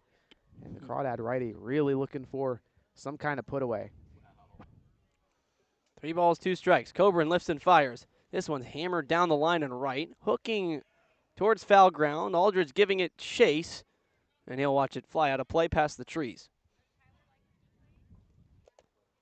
And that's the exact type of pitch Moran's looking for. Stepping out, taking a big rip. Got a little under that one, but obviously was well early. Yeah, early and too far under it. Otherwise, probably is over the wall. Swing and a miss, off-speed pitch in there, and Winchell got clocked by the back swing. Yikes. So Moran goes down by way of the K, but my goodness, Winchell's just taking all types of contact today behind the dish. It's been foul tips. It's been pitches in the dirt. Now back to the head. Yeah, goodness. Got to feel for the guy. He's going to really enjoy tomorrow's off day. That's for sure. Certainly, yeah. It takes a different type of mentality to be a catcher, I'll tell you. I would agree with that. Winchell played back-to-back games earlier this week against Menlo Park and then Alameda before Clisby started yesterday. Receives a strike here to Cesar Chavez, who's 0 for 2 with a walk. Got all the way to third back in the third inning after the walk. Did not come around to score, though. Though the walk somewhat pivotal in getting the run in, as he swings and misses at a breaking ball off the outside. That's just a filthy changeup from Coburn there, and he's finding a groove. The right-hander is for Walnut Creek, and that's exactly what he needs. The stuff is moving. Everything's playing off the fastball at this very moment. If he keeps this up, could have himself a really nice outing. So it goes to no balls, 2 strikes. Still on second is the 9-hitter and shortstop Diego Murillo. He'll take off for third. Pitch outside. Winchell's throw is in time. The tag. They got him. Nicely done. Riley Winchell erases the threat at second. And all of a sudden, Coburn 1 pitch away. And I talked about it earlier, but that's the value that Riley Winchell provides. He is just fantastic. Elite pop time, elite arm behind the dish, plus power and a hit tool above average as well. I mean, this guy, complete package behind the plate. So a brilliant throw down to third on a tough pitch to do it. But now 1-2. Coburn in the driver's seat, up and in to Chavez. He'll take ball number 2. But yeah, that one was fairly outside, so Winchell kind of had to reach over his body, take a step back, wind back, and throw down to third past the batter in the batter's box. Coburn still 2-2. Bounce towards second on 2 hops. It's at short, rather. Ramos makes the play over to first, and the inning's over. And I mean, it was a leadoff runner, got to second, but wiped out by the caught stealing. Riley Winchell, nice throw, and the soft ground out to short ends things. A nice inning for Jacob Coburn, still chasing 2 are the Crawdads, though, down 3-1.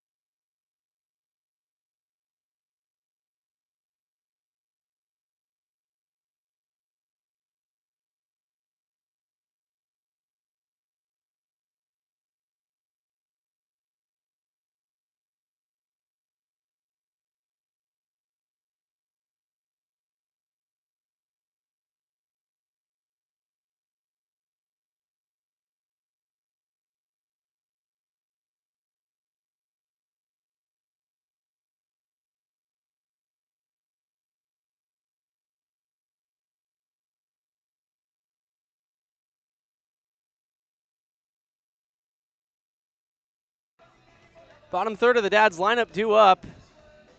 Here's they're starting to run out of chances. Entering the 7th inning here. The bottom of the 7th, that is, but it's the bottom third, like I said, Elijah Ramos, Shane Aldridge, and TJ Woodson. But Charlie, the main problem has been that the Crawdads haven't seen more than 15 pitches in an inning today yet. Massive problem. They got to see some pitches here, especially when you've got a right-handed hitter against a left-handed pitcher. Just let the ball come to you.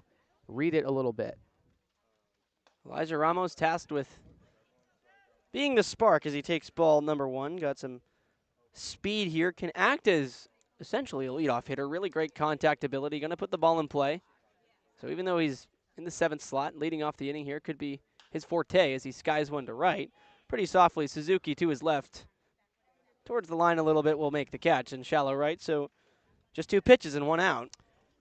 Doesn't solve the problem. Yeah, started off exactly what I was talking about. Just take some pitches, and then Ramos saw a pitch he liked, which I can't blame him for. Unfortunately for him, he just didn't make the right kind of contact on that elevated off-speed pitch.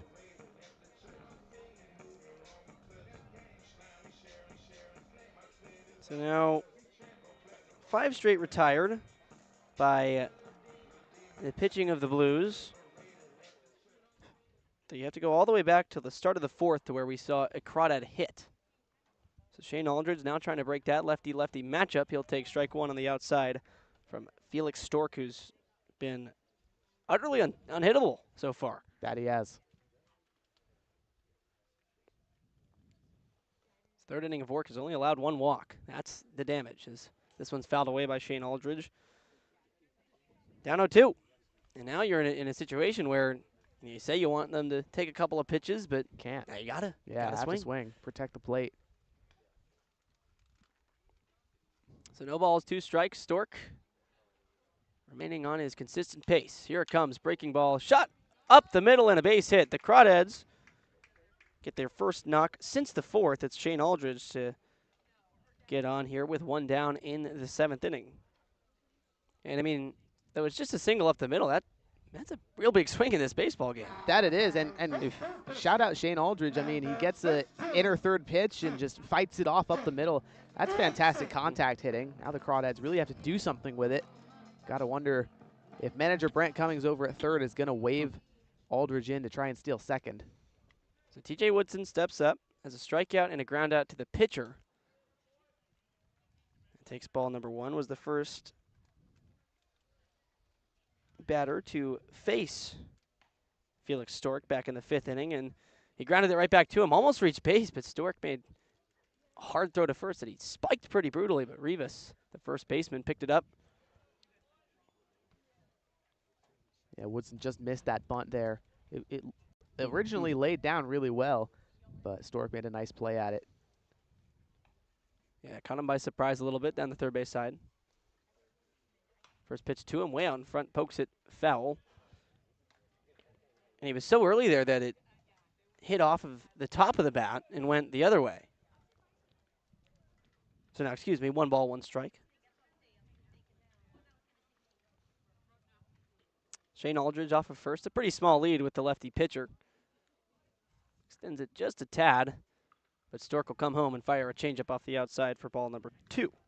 Another good take from Woodson. You just got to see pitches, wait for something you know you can drive into one of the gaps, or at least just flare softly into the shallow outfield for a base hit.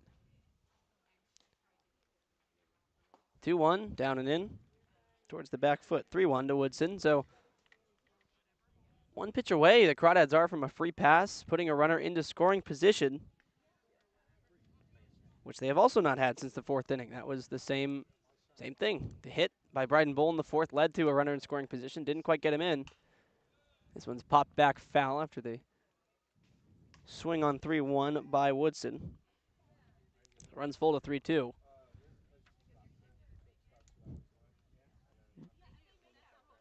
Aldridge on first in his collegiate career. 13 stolen bases on 18 attempts. That was all this most recent season at Menlo College. He'll stay home, but this one driven well to center field. Moran over towards the gap to his left will make the catch, maybe off the end of the bat from Woodson as it's out number 2. Had to swing there, and credit to Stork, just a really great pitch where it's in a tough spot for the right-hander Woodson to get to. Hard place for him to drive it, and works the soft contact. I thought, maybe he had a little bit something off the bat. Sounded pretty good, but it was off the end, so. That and the wind blowing straight in from that right center area. Yeah, not a lot of help out there by the elements, but now maybe some help from Peyton Rolls, who's got a base knock today. And there goes the runner from first. Rolls swings through it. So it's a strike, but the runner will advance to second. Shane Aldridge swipes the bag. It was a foul tip, so Kevin Spear kind of tough to react to that and then think about a throw. So right. Just put it in his pocket now, though. Crawdads a base hit away from a 1-run game. If there's anybody you want to try and hit a base hit, it's this guy, Peyton Rolls. Fantastic contact bat, and no pressure, no stranger to high-pressure situations. So we have time as the bullpen catcher's got to go retrieve a wild baseball out in left field. It's not his natural habitat out there in left field. Now Blues pitcher warming up might have spiked one that found its way towards the 325 marker, but now we're back to action as Stork gets the sign from Spear. Rolls waits in with Aldridge on second. Here's the pitch. Swing and a topped foul ball off the right side again. Just so early that it's shooting off the top of the bat to the opposite side. Yeah, really just a breaking ball in the top of the zone that I think Rolls thought was going to drop a little bit more than it did. So he just tops it off the end of the barrel. Still a microcosm of the Crawdads' aggressiveness today. They're ready to swing, for better or for worse. It's been up and down, a lot of hard contact, just not a lot of green grass. But now Rolls has to deal with an 0-2 count. Aldridge still in scoring position on second. Here's the pitch, breaking ball, shot to right. That one's down in front of Suzuki. Rounding third is Aldridge. Throw coming in, it's up the line. Aldridge will walk on home, and the throw gets away a bit. Now Rolls up to second. The throw's into center, but backed up nicely, and he'll dive back into second base. And Peyton Rolls, with his second hit on the day, drives in a run. That's now 6 multi-hit games on the season for Peyton Rolls, who drives in the second Crawdad run. He's so fantastic in clutch situations, Harry. I mean, you need a single the other way, you go to Peyton Rolls. This guy just fights and fights and fights on 2-strike counts, lifts it just over the first baseman Rivas' head, squeaked into right, and now you give Pulasic a chance for his first big hit as a Crawdad, too. So that a very hard hit knock by Rolls, and yeah, one swing. Well, one swing could tie it, but one swing could also give the Crawdads the lead in Daniel Pulasic's first Crawdad game. But we're getting a slow walk from Dean Triner, the head coach of the San Luis Obispo Blues, signaling a pitching change as Felix Stork's day is done. 2 2/3 innings of really solid work, but it's time for a new pitcher. We'll tell you who it is on the opposite side of this break. 3-2, Crawdads trying to rally.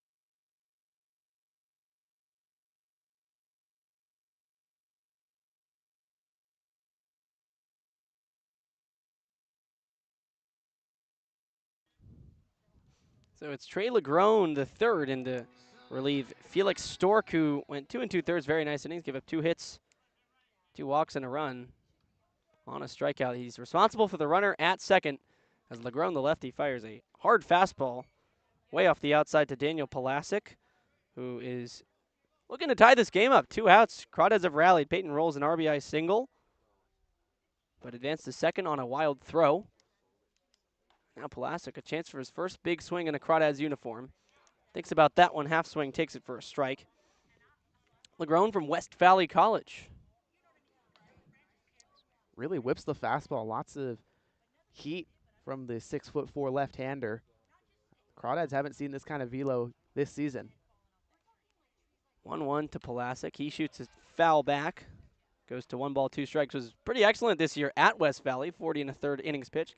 46 strikeouts to 29 walks. And gave up 21 earned runs in those 40 innings to the tune of a 4.69 ERA.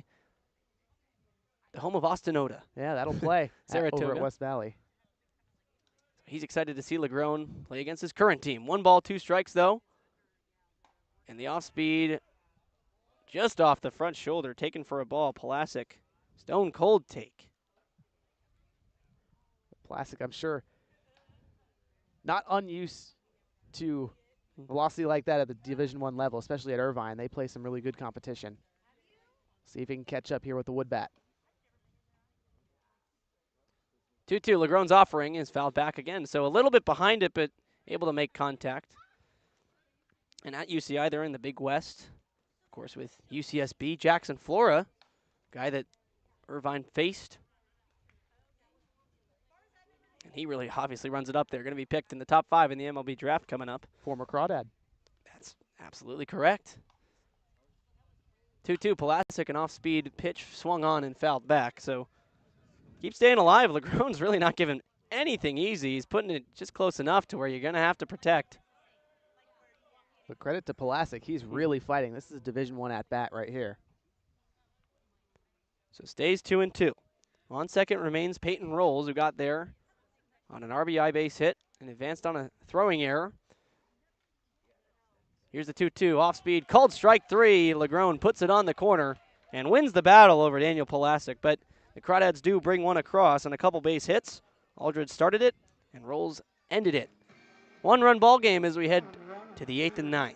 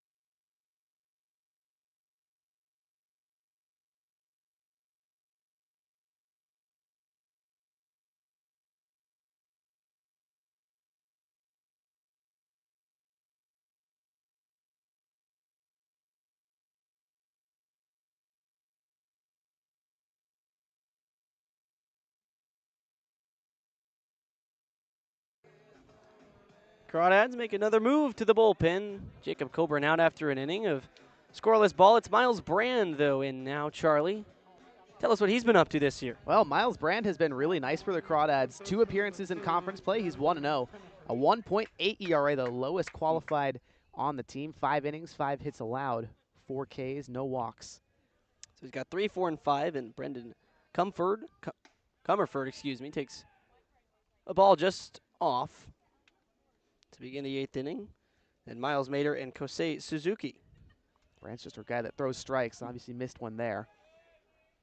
Second pitch also in the dirt. Uh-oh, announcer's jinx.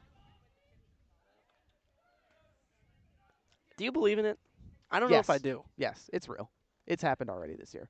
I mean, I've had moments where I say something, the opposite happens. Here comes a 2-0, fouled away, but I've kind of gotten to the point in my life where I understand nothing that I can do as a whether I'm a fan watching the game on the couch or a broadcaster in the booth, nothing that I can say or do will really change the outcome. Don't let the old heads catch you saying that. But it has been miraculous a couple times. 2 balls, 1 strike outside to go to 3-1. There have been a couple times where really it is just, I'll say, oh, this pitcher's, scoreless after 5 innings, doing real great, and then it's back-to-back homers to start the inning, and I say, wow, what have I done?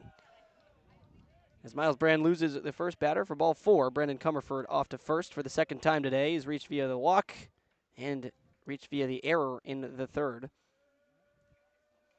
But most importantly, for the Blues, they start with a runner on base. That they do, and this is not the Miles Brand we're used to seeing. I mean, he just has been able to induce soft contact and really paint the strike zone for Walnut Creek. 7 total innings between league and non-league play. I think with Mater here, the key is just you got to attack him early, get a first pitch strike. So Crawdads got a run back in the bottom of the 7th. They have not let the Blues score since the 4th. It's still a 3-2 lead the Blues have as they foul this one back. Miles Mater, that is, goes behind 0-1. Good Crawdads. pitch.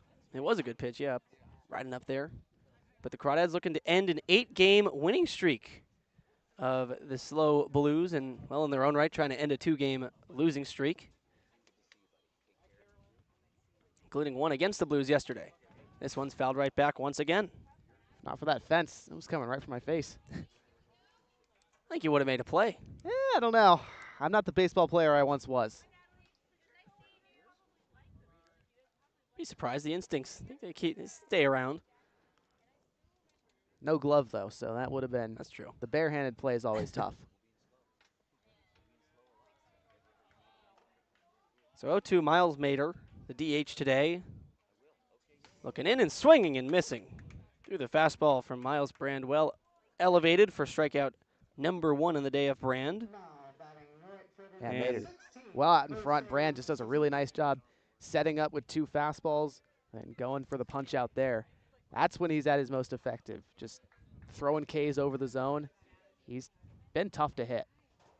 The Crawdads getting the strikeouts too. That's their 7th as a team, shared among 5 pitchers.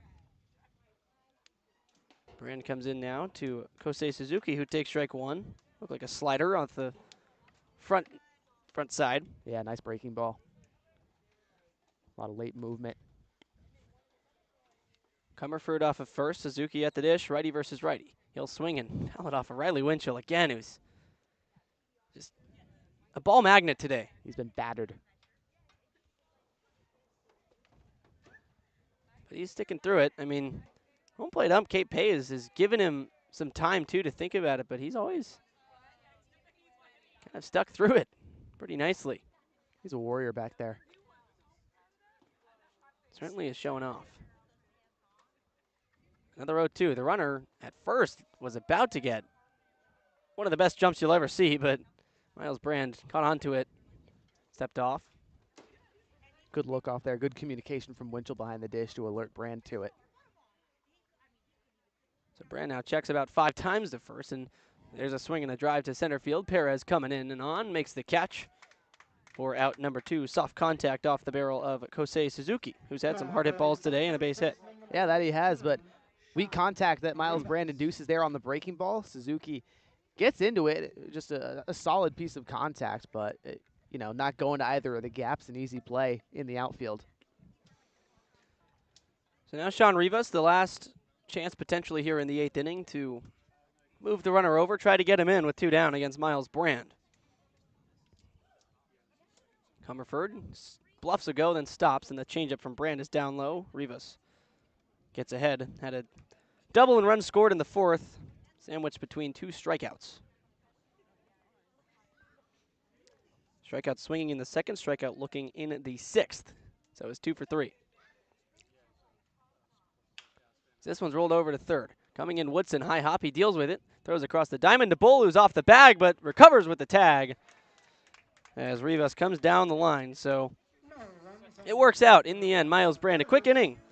Crawdads still just chasing 1 as the bottom of the 8th comes on.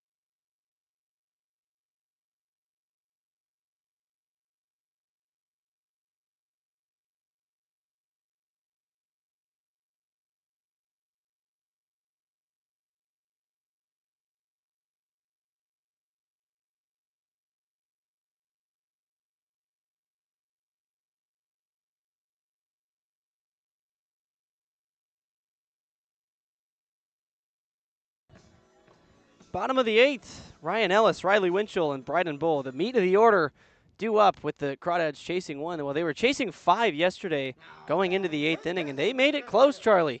8th and 9th innings yesterday. Started to put it together. That Scored they did. 3 runs on 4 hits, had 2 walks. Yeah, Cardiac Crawdads almost struck for the first time in 2026, something that Austin Oda would tell you all about in his 3 seasons on the mic through 2022 and 2024. But now Mr. Crawdad, Ryan Ellis, a chance to get the party started for the Crawdads here.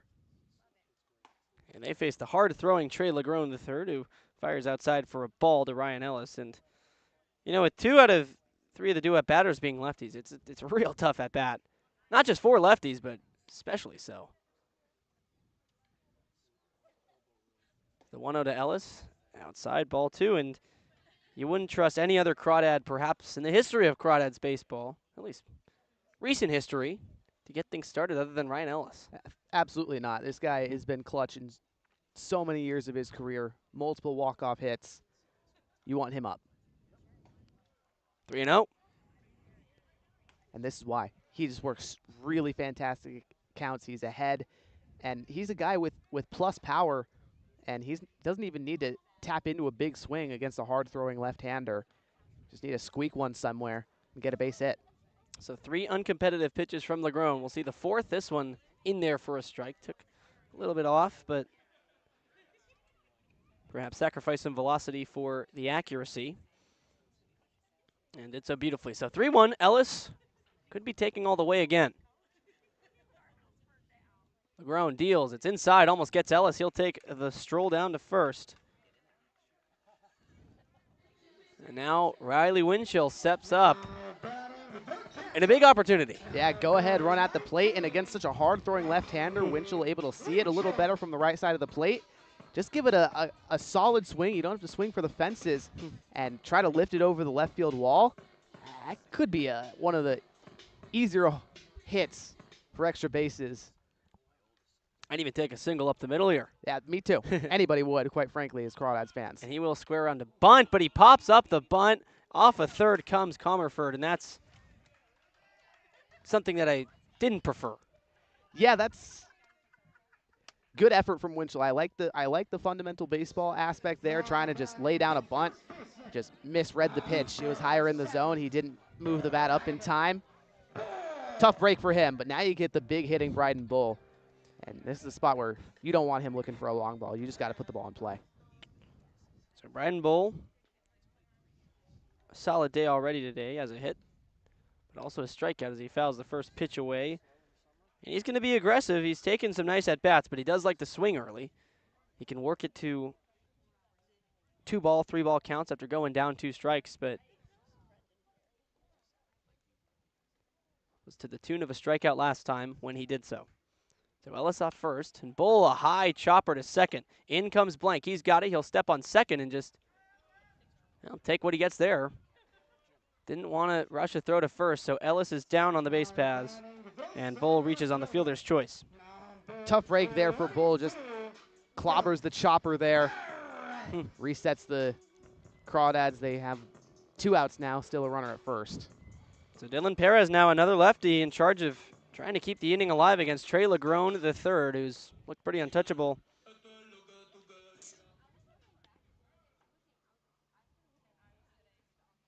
And the first pitch is perfectly spotted at the knees for strike 1. That was pitch number 18 for Legrone, who came in to get the final out of last inning and now is working towards finishing his first full inning. Well, he technically just finished his first full inning. He's retired 3 outs now, hasn't given up a hit. Now 0-1, a nasty off-speed pitch. Perez way out ahead, goes to 0-2. That's just a disgusting slider from Legrone there. Perez well out in front. Eyes got wide. He liked what he saw, and then it just broke away from him at the end. So no balls, 2 strikes. Perez in a tough battle with just a runner on first and 2 men out. Trey Legrone looking for another clean inning. And he drops a pitch down below and towards the dirt for ball 1. It's a waste pitch there, just trying to get a bite on the outer third with the slider. He'll take that as a battery duo all day long. And it does, in fact, set up an inside fastball. That's why So nice to get ahead. Here's the 1-2. Instead goes with the breaking ball off the outside and throws it beautifully. And Perez dives out over it, strikes out swinging. Out number 3. So the second strikeout of the day, back-to-back innings ended via the Trey Legrone strikeout. 3-2, Blues closing in.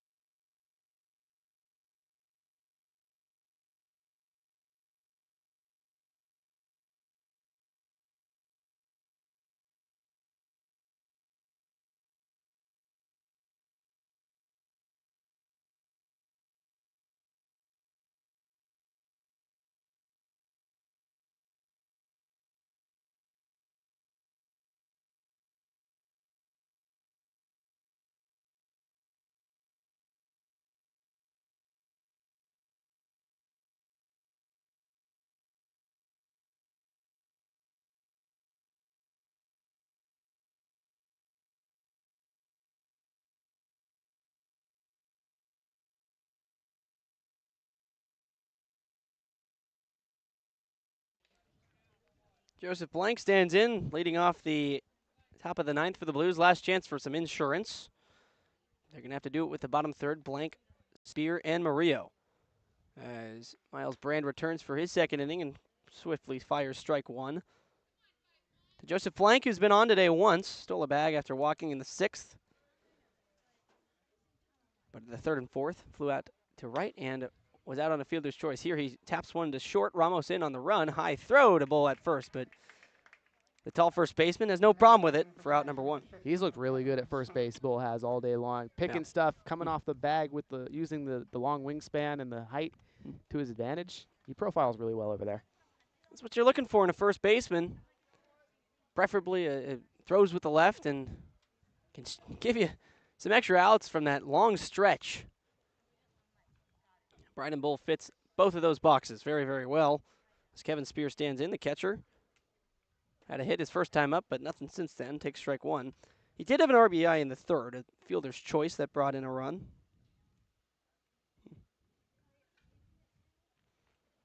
And struck out looking back in the 6th. Brand working quickly in the dirt.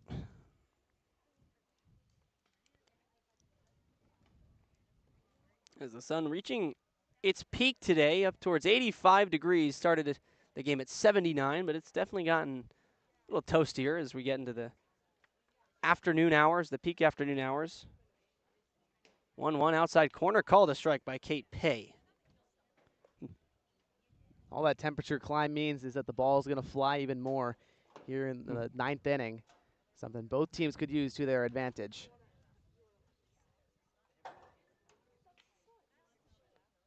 So now 1 ball and 2 strikes from Brand. Here comes. Spear takes in the dirt.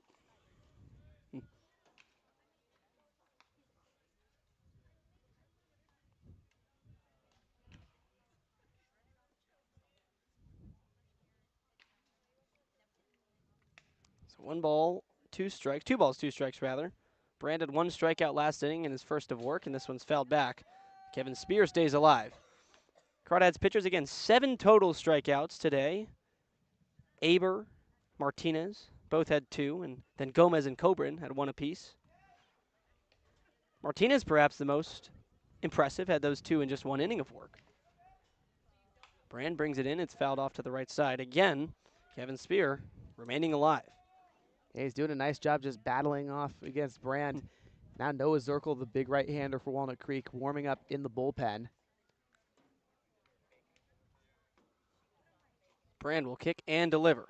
Pitch to Spear is tapped slowly to third on a couple hops. Woodson in. He'll fire across the diamond, and this time Bull can't pick it. Goes into the Crawdads bullpen, and it will be ruled a dead ball.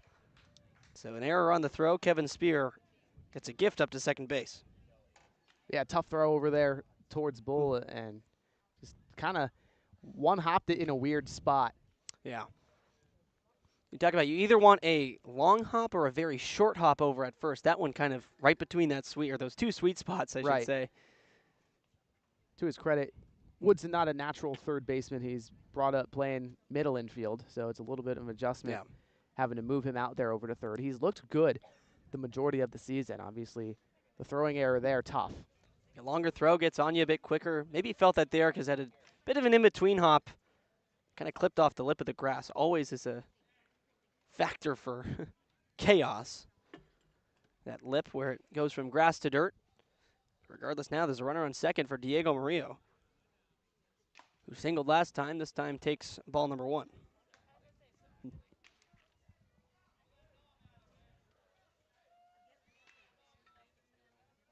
So ahead 1-0, the 9th-place hitter Murillo. 1 for 2. Fouls it right back. Off his leg even. Yeah, that one off himself. He took it like a champ. I thought again that it was going to be off of Winchell there because he's just taking a beating today.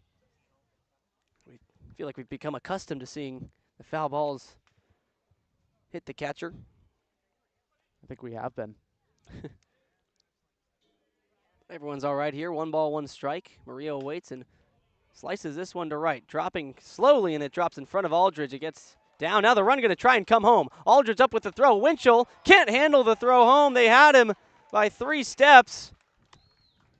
But a tough hop, and Spears scores on a bit of a bizarre play. Very bizarre play. RBI single for Murillo. Aldridge, naturally a great defender out there and right, just took a weird hop in front of him on that natural grass out there in the field, and then his throw, kind of the same way we were talking about Woodson's throw, in between a short and a long hop, so a tough play for Winchell to make into the glove and get the tag. And it'll prompt head coach Brant Cummings out of the dugout rather, making a call to the bullpen.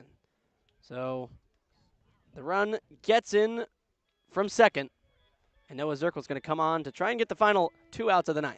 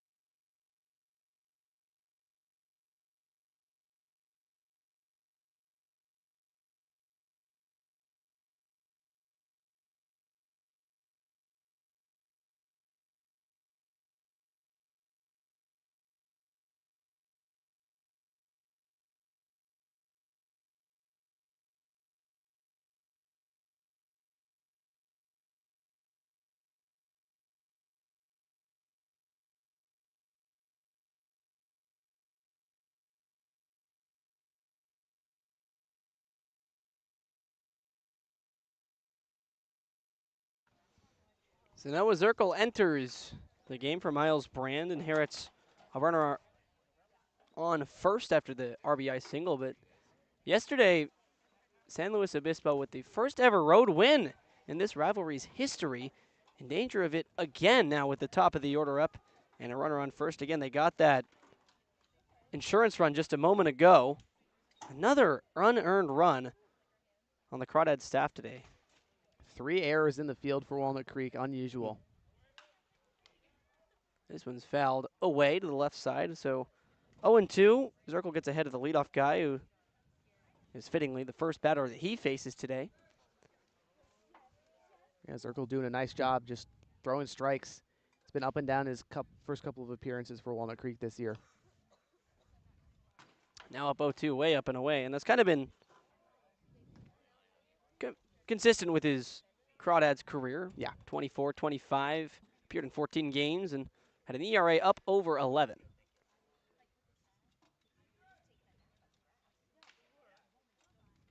One-two is an ugly swing, but he stays alive, nonetheless, making contact Moran. Just barely. I mean, lucky actually for Winchell that Moran made contact there with the way that ball got away. Would have been a drop third strike, and Moran probably would have been safe at first. Yeah, would have had a chance to make a run at it. So now the throwback to first. A pickoff attempt gets away from Bull. Up to second goes Murillo. And that's just another way that, a strange way that runners have either advanced or scored today for the Blues. Just completely unforced errors from Walnut Creek here today. I mean, the Bats found a way to get going late yesterday. They haven't today. Just 4 hits, 2 runs. But honestly, this is a game they should be ahead in, or at least tied, if it weren't for all the errors. And the way the pitching's performed, too, has still been pretty timely. There's a changeup that falls off the table. Moran, an easy take, 2-2.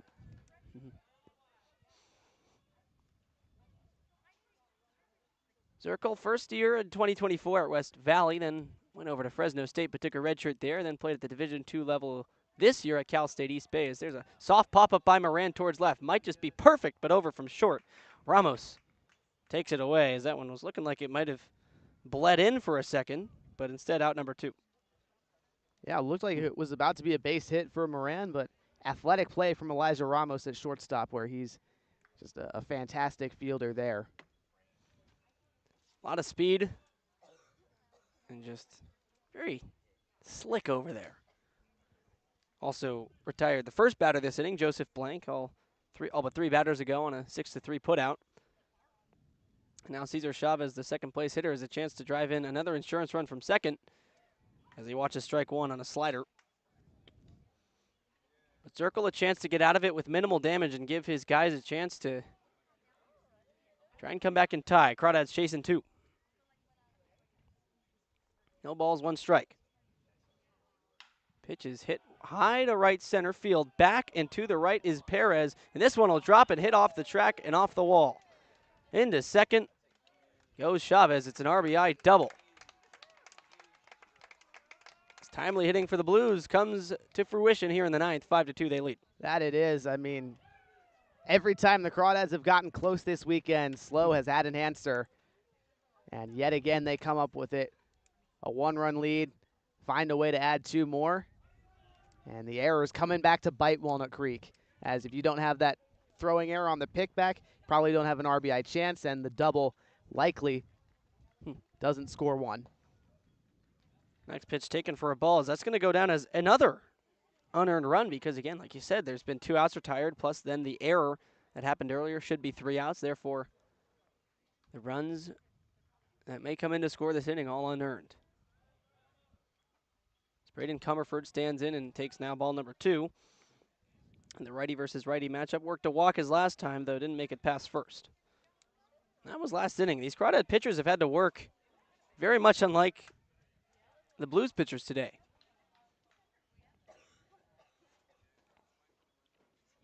Next offering, up and away, ball 3, 3-0.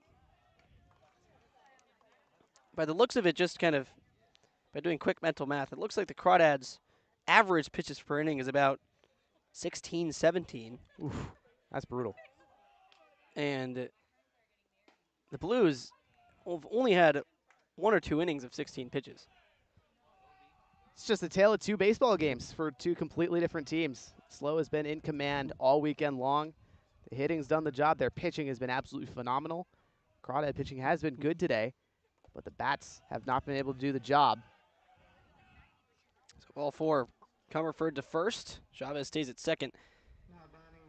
And that's kind of what the identity of the team was coming in, though. The ERA for the team, for the Blues, only 3.13, and hitters were only batting 190 against him. And that's, I mean, for a league like this, that's incredibly low. Yeah. Both incredibly low tallies. Absolutely. Showing why they're the cream of the crop so far in the CCL North. 9-2 record. 8-game win streak. They're looking to expand to 9. They're 3 outs away from it. But before that, still some more chances for runs. This is the ball from the Blues bullpen once again.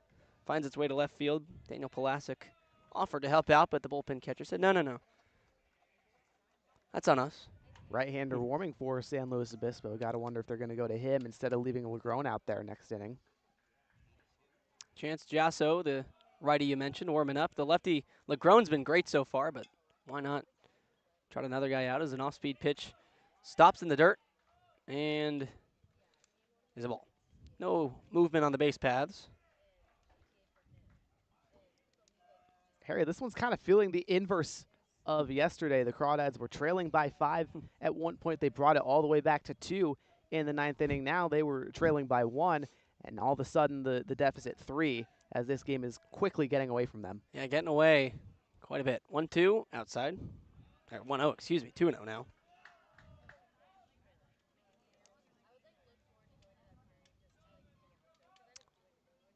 So with Chavez on second, it's Comerford on first. Miles Mader at the plate, has a hit today in 4 attempts.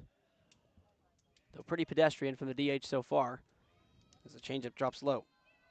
3 balls, no strike. Zirkle, 1 strike thrown in his last 8 pitches.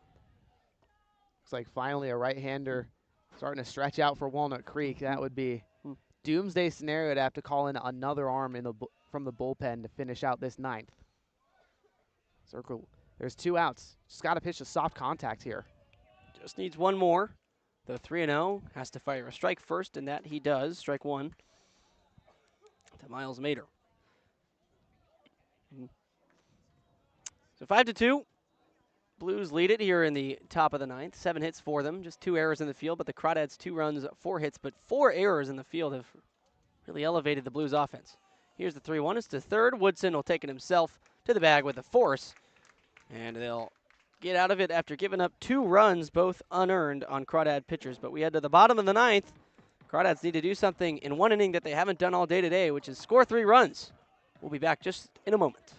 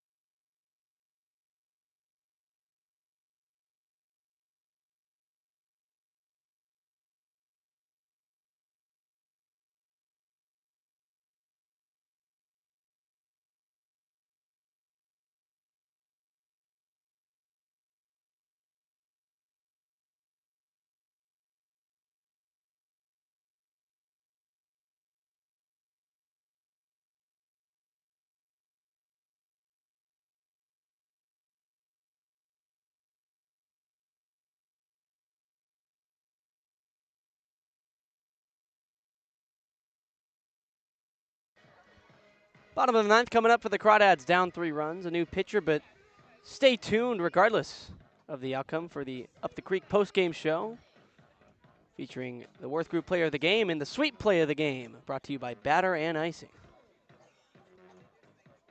But with the Crawdads, hopefully the Player of the Game and Sweet Play of the Game by Batter and Icing we find in the bottom of the 9th, because they're chasing 3 runs, and well, that would be pretty miraculous to see a big comeback here. That it would. Bottom of the order due up. And slow goes to the right-hander, Jasso, to face Ramos, Aldridge, and Woodson. There's still a chance for Walnut Creek. This has been an offense that has scored runs in spurts, and actually, they're going to pinch hit for Aldridge as Sutter Moss is on deck right now. Guy who's been a little hotter at the dish lately, so we'll get into that later. But first, Ramos to lead off. So Elijah Ramos, yes, to lead things off against the righty Chance Jasso, who is into the game for Trey Legrone, who had just an outstanding outing, 1 in the third.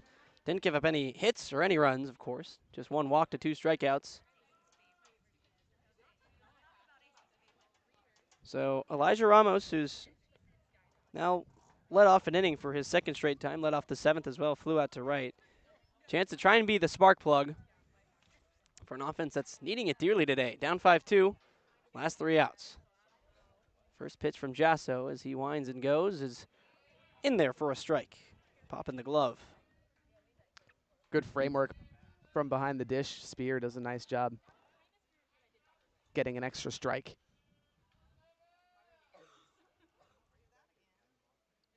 Oh, 1 is an off-speed taken right to second on a soft line drive. Joseph Blank doesn't have to move for the catch. No, not really. Maybe a couple steps. And that's been the story of the Crawdads' day. They've hit the ball, just not to anywhere where there's open grass or open dirt. And they've done it consistently early in count as well, which has worked to the absolute benefit of Blues pitchers. Just They're cruising. Not throwing a whole lot of pitches. That said, you can't be too upset about the at-bats the Dads are taking. They're putting the ball in play, seeing it well enough, but just not resulting in much as a half swing by Sutter Moss. The newly inserted Crawdad is fouled away. Also, Kevin Parker Jr. on deck, another pinch hitter, as they're going to pull Woodson.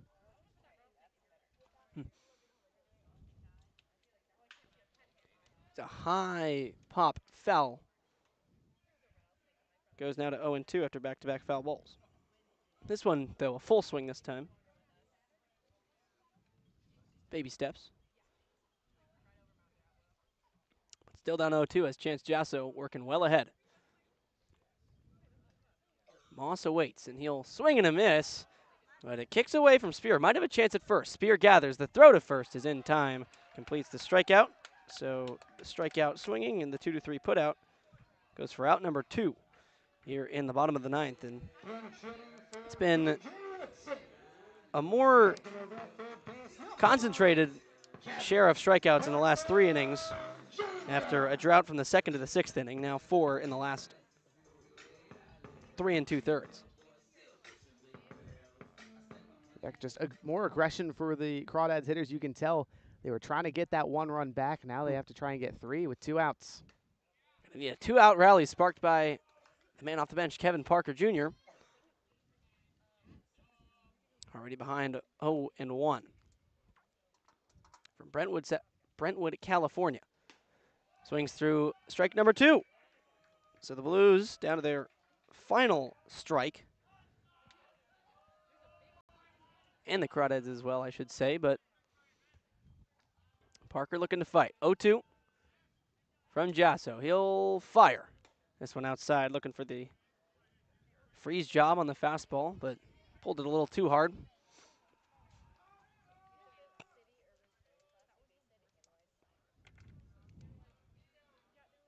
Still ahead, Jasso. 1 ball, 2 strikes. Parker awaits. Here comes the pitch. Swing and a miss.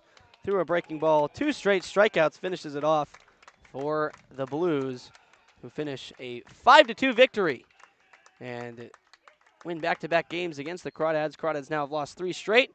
For the Blues, though, they have won 9 in a row. They finished with 5 runs, 7 hits, and just 2 errors. The Crawdads, 2 runs, 4 hits, and 4 errors was not enough today, Charlie. But that being said, we'll be back very shortly for the post-game show as the Dads take, again, 3rd straight loss at home. That's 2 straight against the Blues. We'll be back very shortly to break down the game for you.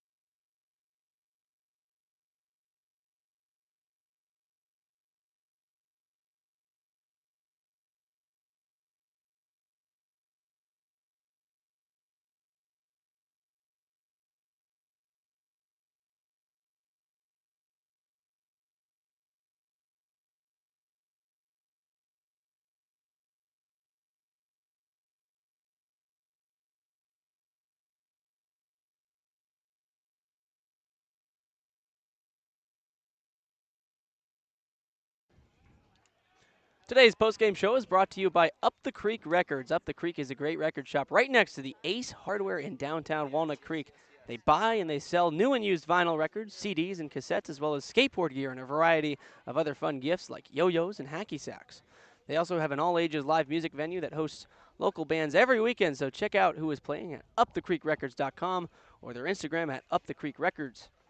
So let's check out what's been happening up the creek, and well, it was not the most eventful day for the Crawdads offense. Just 4 hits mustered, the 2 runs. But, Charlie, it was kind of the errors that defined today. Absolutely. 4 errors from the Crawdad defense, not typical. And that's really the difference in this game. Without those errors, this is a tied 2-2 game heading into the ninth. Would probably go to extras. And who knows, the energy might be back in the Crawdad bats nonetheless. Let's get into the sweet play of the game today. Today's sweet play of the game is brought to you by Batter and Icing, an official partner of the Walnut Creek Crawdads. Batter and Icing is a locally owned custom bakery with 2 retail outlets in Danville and Pleasant Hill. Since 2018, they've been creating everything from birthday and wedding cakes to corporate event desserts, all made fresh with quality ingredients and plenty of creativity. Learn more or place an order using the Crawdads fundraiser part of the Order Online tab at www.batterandicing.com. Orders can be picked up at any Crawdads home game.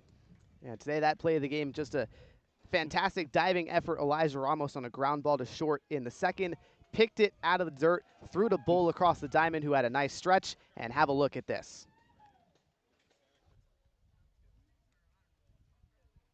The 2-2 from Aber. Breaking ball grounded. Diving effort from Ramos at short. The throw across the diamond. Bull with the stretch. Oh, man, he got it.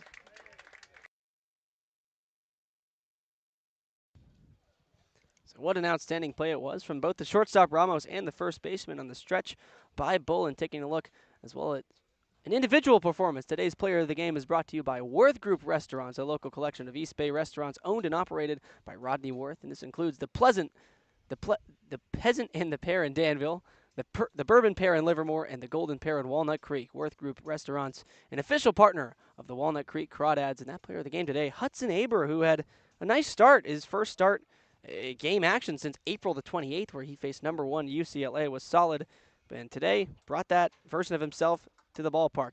2 innings pitched, 2 strikeouts on 26 pitches through 2 perfect innings, but was on a pretty strict pitch count today, Charlie. Yeah, just 2 innings he was held to, but I mean, quite literally 2 perfect innings from Hudson Aber. Really positive start for him in his Crawdad debut, and he's going to be a mainstay as a Sunday starter for Walnut Creek. Something they really need, some consistency out of the gates to open up games. They're really going to look to him to keep getting the job done, and what a fantastic start to build some good momentum, work into what's going to be higher and higher pitch counts. Eventually, he'll be kind of uncapped once we get into early July. He'll be built up and ready to go 6 innings, hopefully, for Walnut Creek. That's what carried the team last year, was fantastic starting pitching with guys like Aiden White and 3 former UC Santa Barbara guys, Ray Olivas, Carson Timothy, and Peter Storjohan, all did fantastic jobs starting once they got opened up. But tough loss today for Walnut Creek. They'll take the off day tomorrow and then come back here to Monte Vista to play the San Francisco Seagulls, a team they are 2-0 against on the season.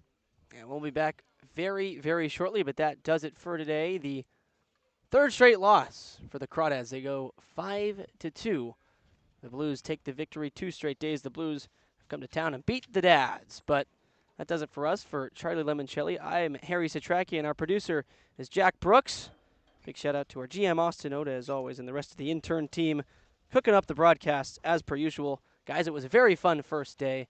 Looking forward to the rest of the season, and looking forward to Tuesday after, again, 3 straight losses for the Crawdads. Looking to take the off day and come back strong on Tuesday. We'll see you next time. Thanks for tuning in.